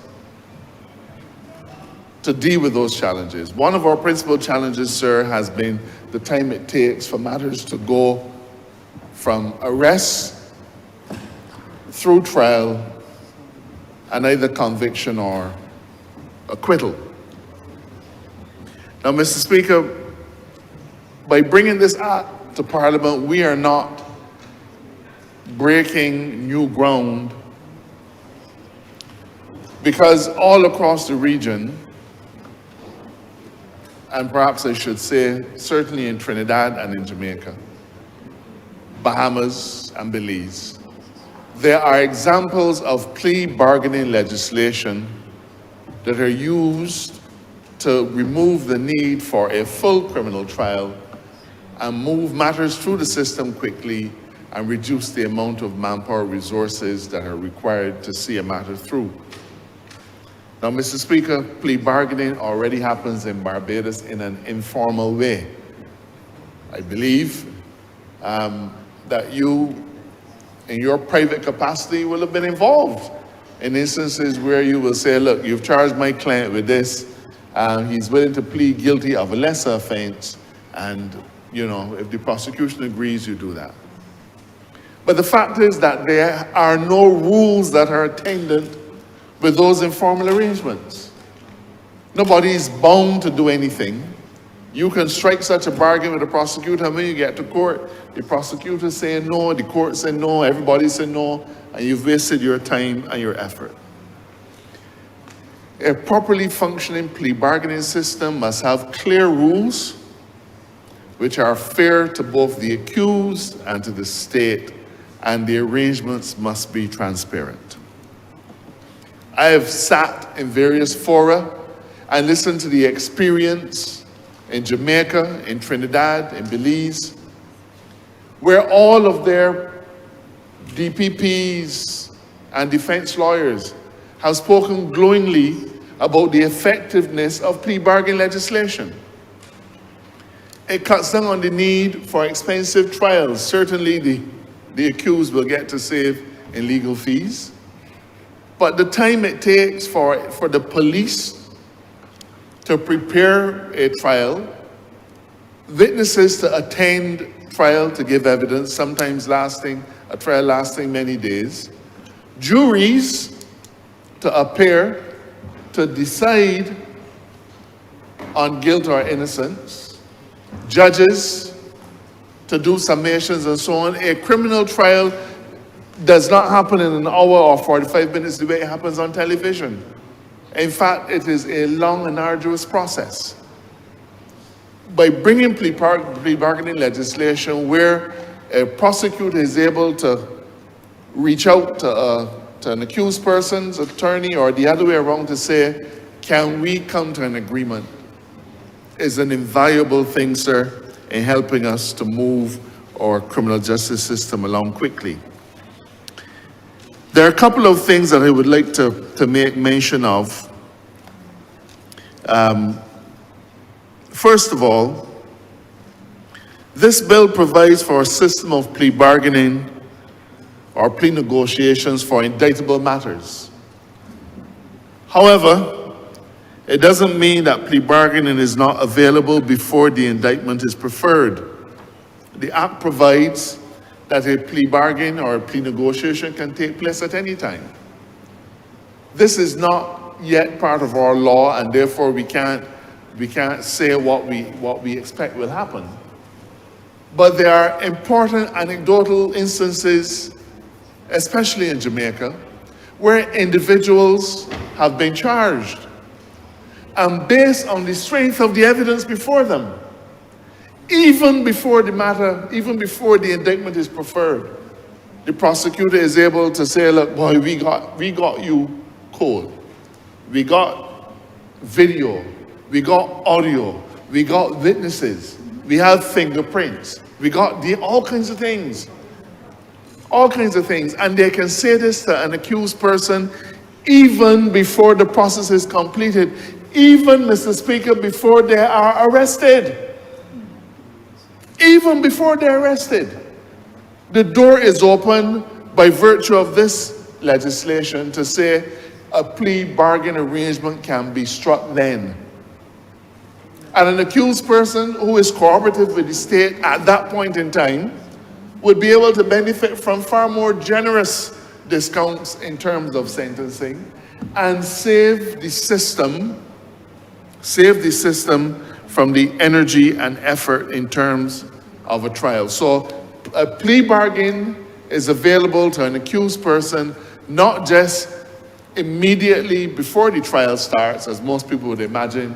They have an image of the meeting on the court step and say, well, I give you this if you give me that. It can happen from as far back as when the matter is being investigated. These plea agreements, the arrangements, are entirely voluntary. So nobody can force an accused person to enter into a plea negotiation. Nobody can force the officers of the DPP to enter into a prosecution. So let me say this too. The police can't do a plea bargain. It has to be the officers of the DPP. These arrangements are voluntary. Nobody can be forced to enter into a plea bargain arrangement. I remember in one of my distant forays into criminal matters, I represented an individual in the Garens murder. Very distant. I represent an individual in the Garens murder, and I negotiated a manslaughter plea. And you know, Mr. Speaker, it is a cause to smile really, because I negotiated the manslaughter plea, and then went to my client and said to him, we got a manslaughter plea. So the client said, man, Mr. Marshall, I got confidence that you can get me off. I will only say that he should have taken the plea, sir. He ought to have taken the plea. But it is an entirely voluntary arrangement. Nobody can be forced to accept a plea bargain arrangement. An accused person, sir, has the right to be represented by a lawyer. But it doesn't mean you have an obligation to be represented by a lawyer.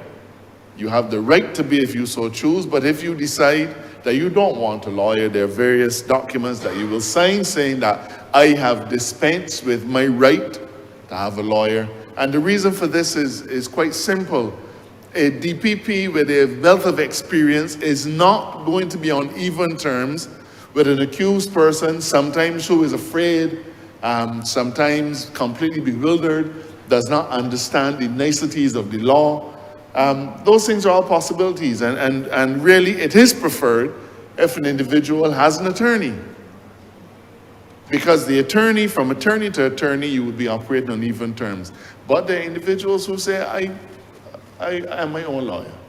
And if that individual says that, asserts that right, and signs off on the relevant form that is set out in an appendix to the Act, then that person is able to negotiate with the DPP for his own beneficial arrangements. In relation to what happens when you have negotiated, the DPP can make a decision to discontinue the original charge or accept a plea of a lesser charge. So there are a number of options that are available. The DPP can say, well, in return for your plea agreement, I am going to discontinue this charge, or I'm going to substitute a lesser charge. The agreement, Mr. Speaker, must also include what is the sentence that is proposed. So it is not an open-ended thing. When you do a plea bargain now, you negotiate and you will say, well, the judicial the guidelines on sentencing, so let me see if we can come up with a range in between here and there. what must happen under this plea bargain legislation is that the specific sentence must also be set out in the agreement. And I think this is the first time I mentioned the agreement because, but it's important to say that whatever is decided has to be reduced into writing and signed by both parties, by the DPP on behalf of the state, and by the accused person, and if the accused person has a lawyer, also by the accused person's lawyer.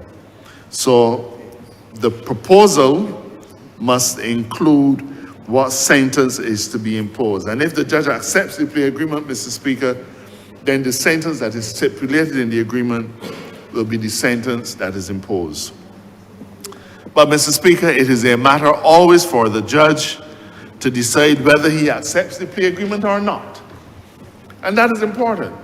We spent much of today talking about in the interest of justice. We talk about not fettering the discretion of a judge, and a judge must act judicially and in the interest of justice at all times. These are not convenient concepts. These are important precepts on which the system relies in order to ensure that the rights of the state are evenly balanced against the rights of the accused, but that also the rights of both sides are protected. So the judge may determine, I'm not going to accept this plea agreement. That is entirely a matter for the judge. He can say, I do not agree that what counsel is accepting and what is being proposed by the DPP is in the interest of justice. And if that is the case, the judge can reject the plea agreement. And if that happens, then the case has to be heard before another person. There can be no improper inducements. So any effort, if there is any improper inducement at all on either side, either on the part of the accused, an inducement made to the prosecutor, or somehow or another going the other way around to accept a lesser charge or a lesser sentence, whatever it is, any improper inducement will vitiate the plea agreement, and the plea agreement will in those circumstances be rejected. If the plea agreement is rejected by the judge, either party, either the DPP or the accused, can appeal to the Court of Appeal. Again, when the parties have acted honestly and in good faith, then there's an expectation that the judge, while he or she has to exercise their discretion, that they will not act capriciously, and therefore it is open to either side to appeal to the Court of Appeal to have the plea agreement accepted. Given, Mr. Speaker, that the plea agreement, if it is accepted, will obviate the need for a trial, we have to ask ourselves what happens to the victim. What happens to the victim? The victim, the injured person, is more than likely awaiting their day in court. They want to come to court. They want to say, this is what this person has done to me, and I demand justice. It is true that there's no guarantee of a conviction, but often what is important is for the voice of the victim to be heard. And a plea agreement would at first blush seem to go around the interest of the victim, because the victim would not, there's no trial. So the victim doesn't get to come to court and say, this is what happened to me, I was raped, I was assaulted, I was battered, robbed, whatever it is. And therefore, in order to protect the interests of the victim, there must be a victim impact statement, and more importantly, the DPP has to inform the victim in advance that a plea agreement is being negotiated. The victim can object, but it is only fair to inform the victim this matter is being dealt with by way of a plea agreement. Before the plea agreement is concluded, the victim has the opportunity to make written representations to the DPP. And those representations can cover anything. Reasons why they don't feel you should do the plea agreement, that they want to have the day in court, all of those kinds of things. But it doesn't end there. The DPP must also inform the victim of when the matter is going to court, and the victim must have an opportunity to come and have their say. Procedurally, Mr. Speaker, when time comes for court, this happens in the absence of a jury. It has to happen in the absence of a jury, because if the jury hears that John Brown or Mr. Jones has entered into a plea agreement to take a smaller plea, a lower sentence, a lower jail term, whatever it is, lower punishment, it will be fixed in their mind that the person is guilty. And therefore, you have to conduct any hearing about the acceptability of the plea agreement in the absence of the jury, in case the judge says, I'm not accepting this, and it has to go to trial. So it is important that these arrangements are done and discussed in the absence of a jury, but they're done in open court. So the jury is just not present. Where the judge rejects the plea agreement, or where the accused person withdraws from the plea agreement, the matter shall go before another judge. So bear this in mind. A party can withdraw from the plea agreement up to the time the trial starts. So an accused lawyer may say, man, I don't think you got to worry. I don't think we should do this plea agreement. And even though it is signed, the accused can still come and say before the trial starts, I am withdrawing this, I'm withdrawing from this plea agreement, in which event the matter would have to go to trial to a different judge. Mr. Speaker, we are satisfied that this can make a difference. But there's another element in which this can make a difference. These arrangements, and we follow the Jamaica model, and Jamaica is very proud of the model they have. I've discussed it at length with their judicial officers and their prosecutors. Their model says that at any time after, so think of a situation where a person is already convicted and is serving a sentence, and comes and says, look, I have some information on a crime that took place 2 years ago, but I want to get a reduction in my sentence. You can enter into a variation, into a plea bargain agreement in those circumstances. So, Mr. Speaker, you can enter into a plea bargain agreement before, but you can also enter a plea bargain agreement after. So a convicted person who is already serving a sentence, but who wishes to assist a prosecutor in another criminal matter, that prosecutor can go and say, I will enter into a plea bargain agreement with you. In return for your assisting us with this other criminal matter, we are going to agree to cut the time of your sentence or any other benefit. Now, if that offer of assistance turns out to be illusory, then the plea bargain agreement is rejected. But this, Mr. Speaker, has worked very well in Jamaica, because there are individuals who have information but who don't want to come forward. They're already in prison. But this gives them an opportunity in a transparent and wholesome way to say, I can assist the court in another investigation, and if that assistance proves to be worthy, then they too can benefit from a plea bargain agreement. As we said with many other things, Mr. Speaker, this item alone, this legislative intervention alone, is not going to be a panacea.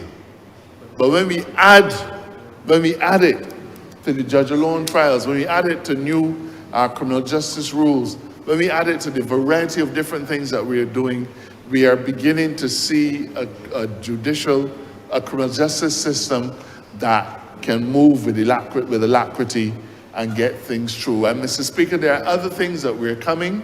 Several other pieces of legislation and rules are currently before the draftspeople. They've been approved by Cabinet. These things do take a little time, but I'm confident that before the year is up, we're also going to have some other seminal pieces brought before this chamber to help us to transform our criminal justice system. As I said, Mr. Speaker, it's not going to be a panacea, but when we add this to the other initiatives, this will represent a good instance, a good way of getting things done. Mr. Speaker, you know only too well that there are lots of people who are currently ready to plead guilty, want to plead guilty. Many of them are on remand and want to plead guilty. This plea bargain arrangement, Mr. Speaker, is ideal for that because we can go straight to a plea bargain agreement. The agreement is signed, and what we've provided in our legislation, more importantly, is that you must get the matter to the High Court within a period of 14 days. So you can't just enter into a plea bargain agreement, park it in somebody's file cabinet and leave it there. You have to get to court swiftly so that the accused can actually receive the tangible benefit of the plea bargain agreement. So, Mr. Speaker, I hope that I have whet the appetite of some of the defendant counsel.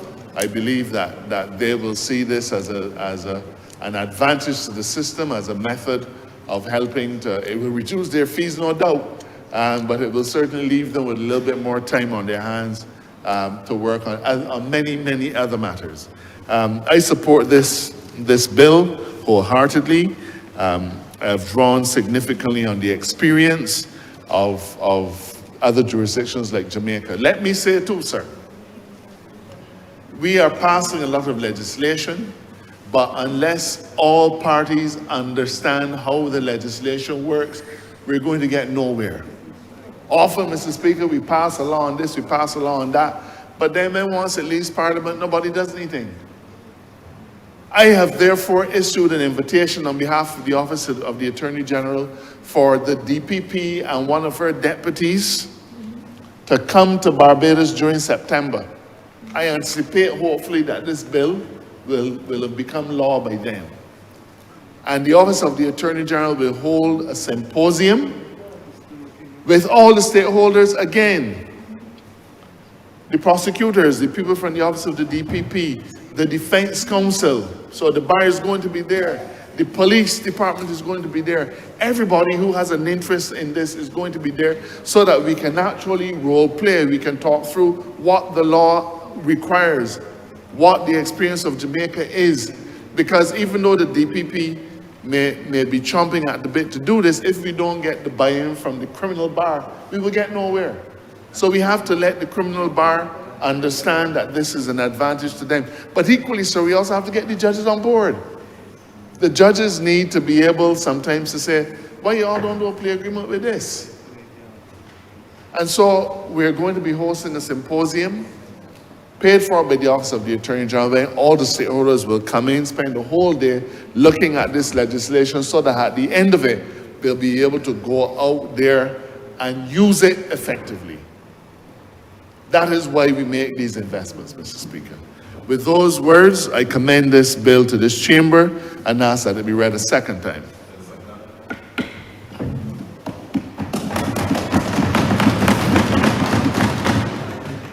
The question is that this bill be read a second time. All those honourable members in favour, please say aye. Those against, please say no. Me think the ayes have it. Mr. Speaker, I beg to move that you do not leave the chair and that this House resolve itself into committee for further consideration of this bill. Question is that the Speaker do not leave the chair and the House resolve itself into committee for further consideration of this bill. All those honourable members in favour, please say aye. Those against, please say no. Me think the ayes have it.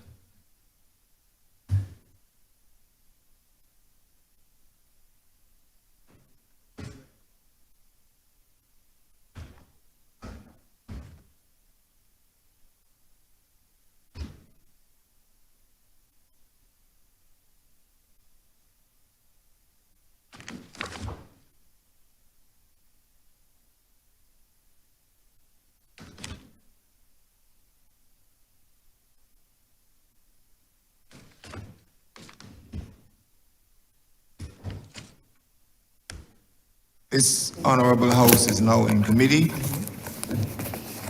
Mr. Chairman, may we take the bill in parts? Yes, you may proceed. Clauses 1 through 12. Mr. Chairman, I beg to move that clauses 1 through 12 stand part.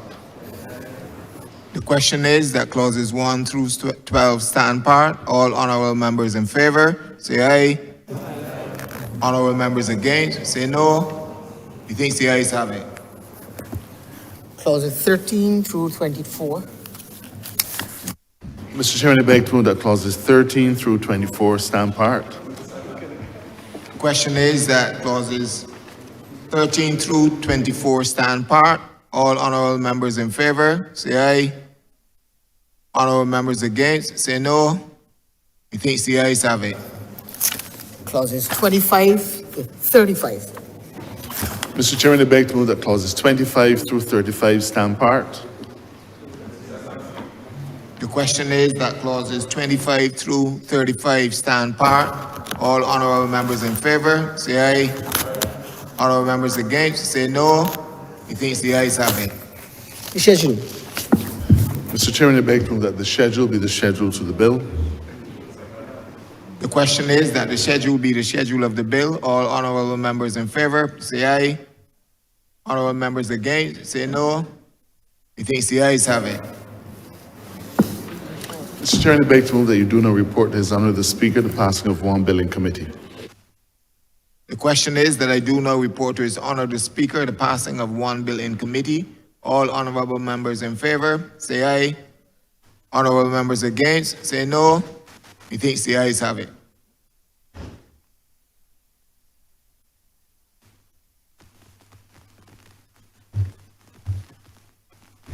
Chairman of committees is reporting the passing of one bill in committee. Speaker, I beg to move that this bill be read a third time. Question is that this bill be read a third time. All those honorable members in favor, please say aye. Those against, please say no. We think the ayes have it. Mr. Speaker, I beg to move that this bill do now pass and be cited as the Criminal Justice Plea Negotiations and Agreements Act 2024. Question is that this bill be passed and so cited. All those honorable members in favor, please say aye. Those against, please say no. We think the ayes have it. This bill stands. This bill is passed and so cited. I will freeze for a bit. Honorable Leader of Government Business. Thank you, Mr. Speaker. With that, we have come to the end of today's proceedings. I therefore beg to move the adjournment of the House until August 9th at 10 a.m. Just on speaking on this short adjournment, please allow me to wish everybody a safe and enjoyable crop over as we participate in the festivities of the season. But back here the 9th of August at 10 a.m.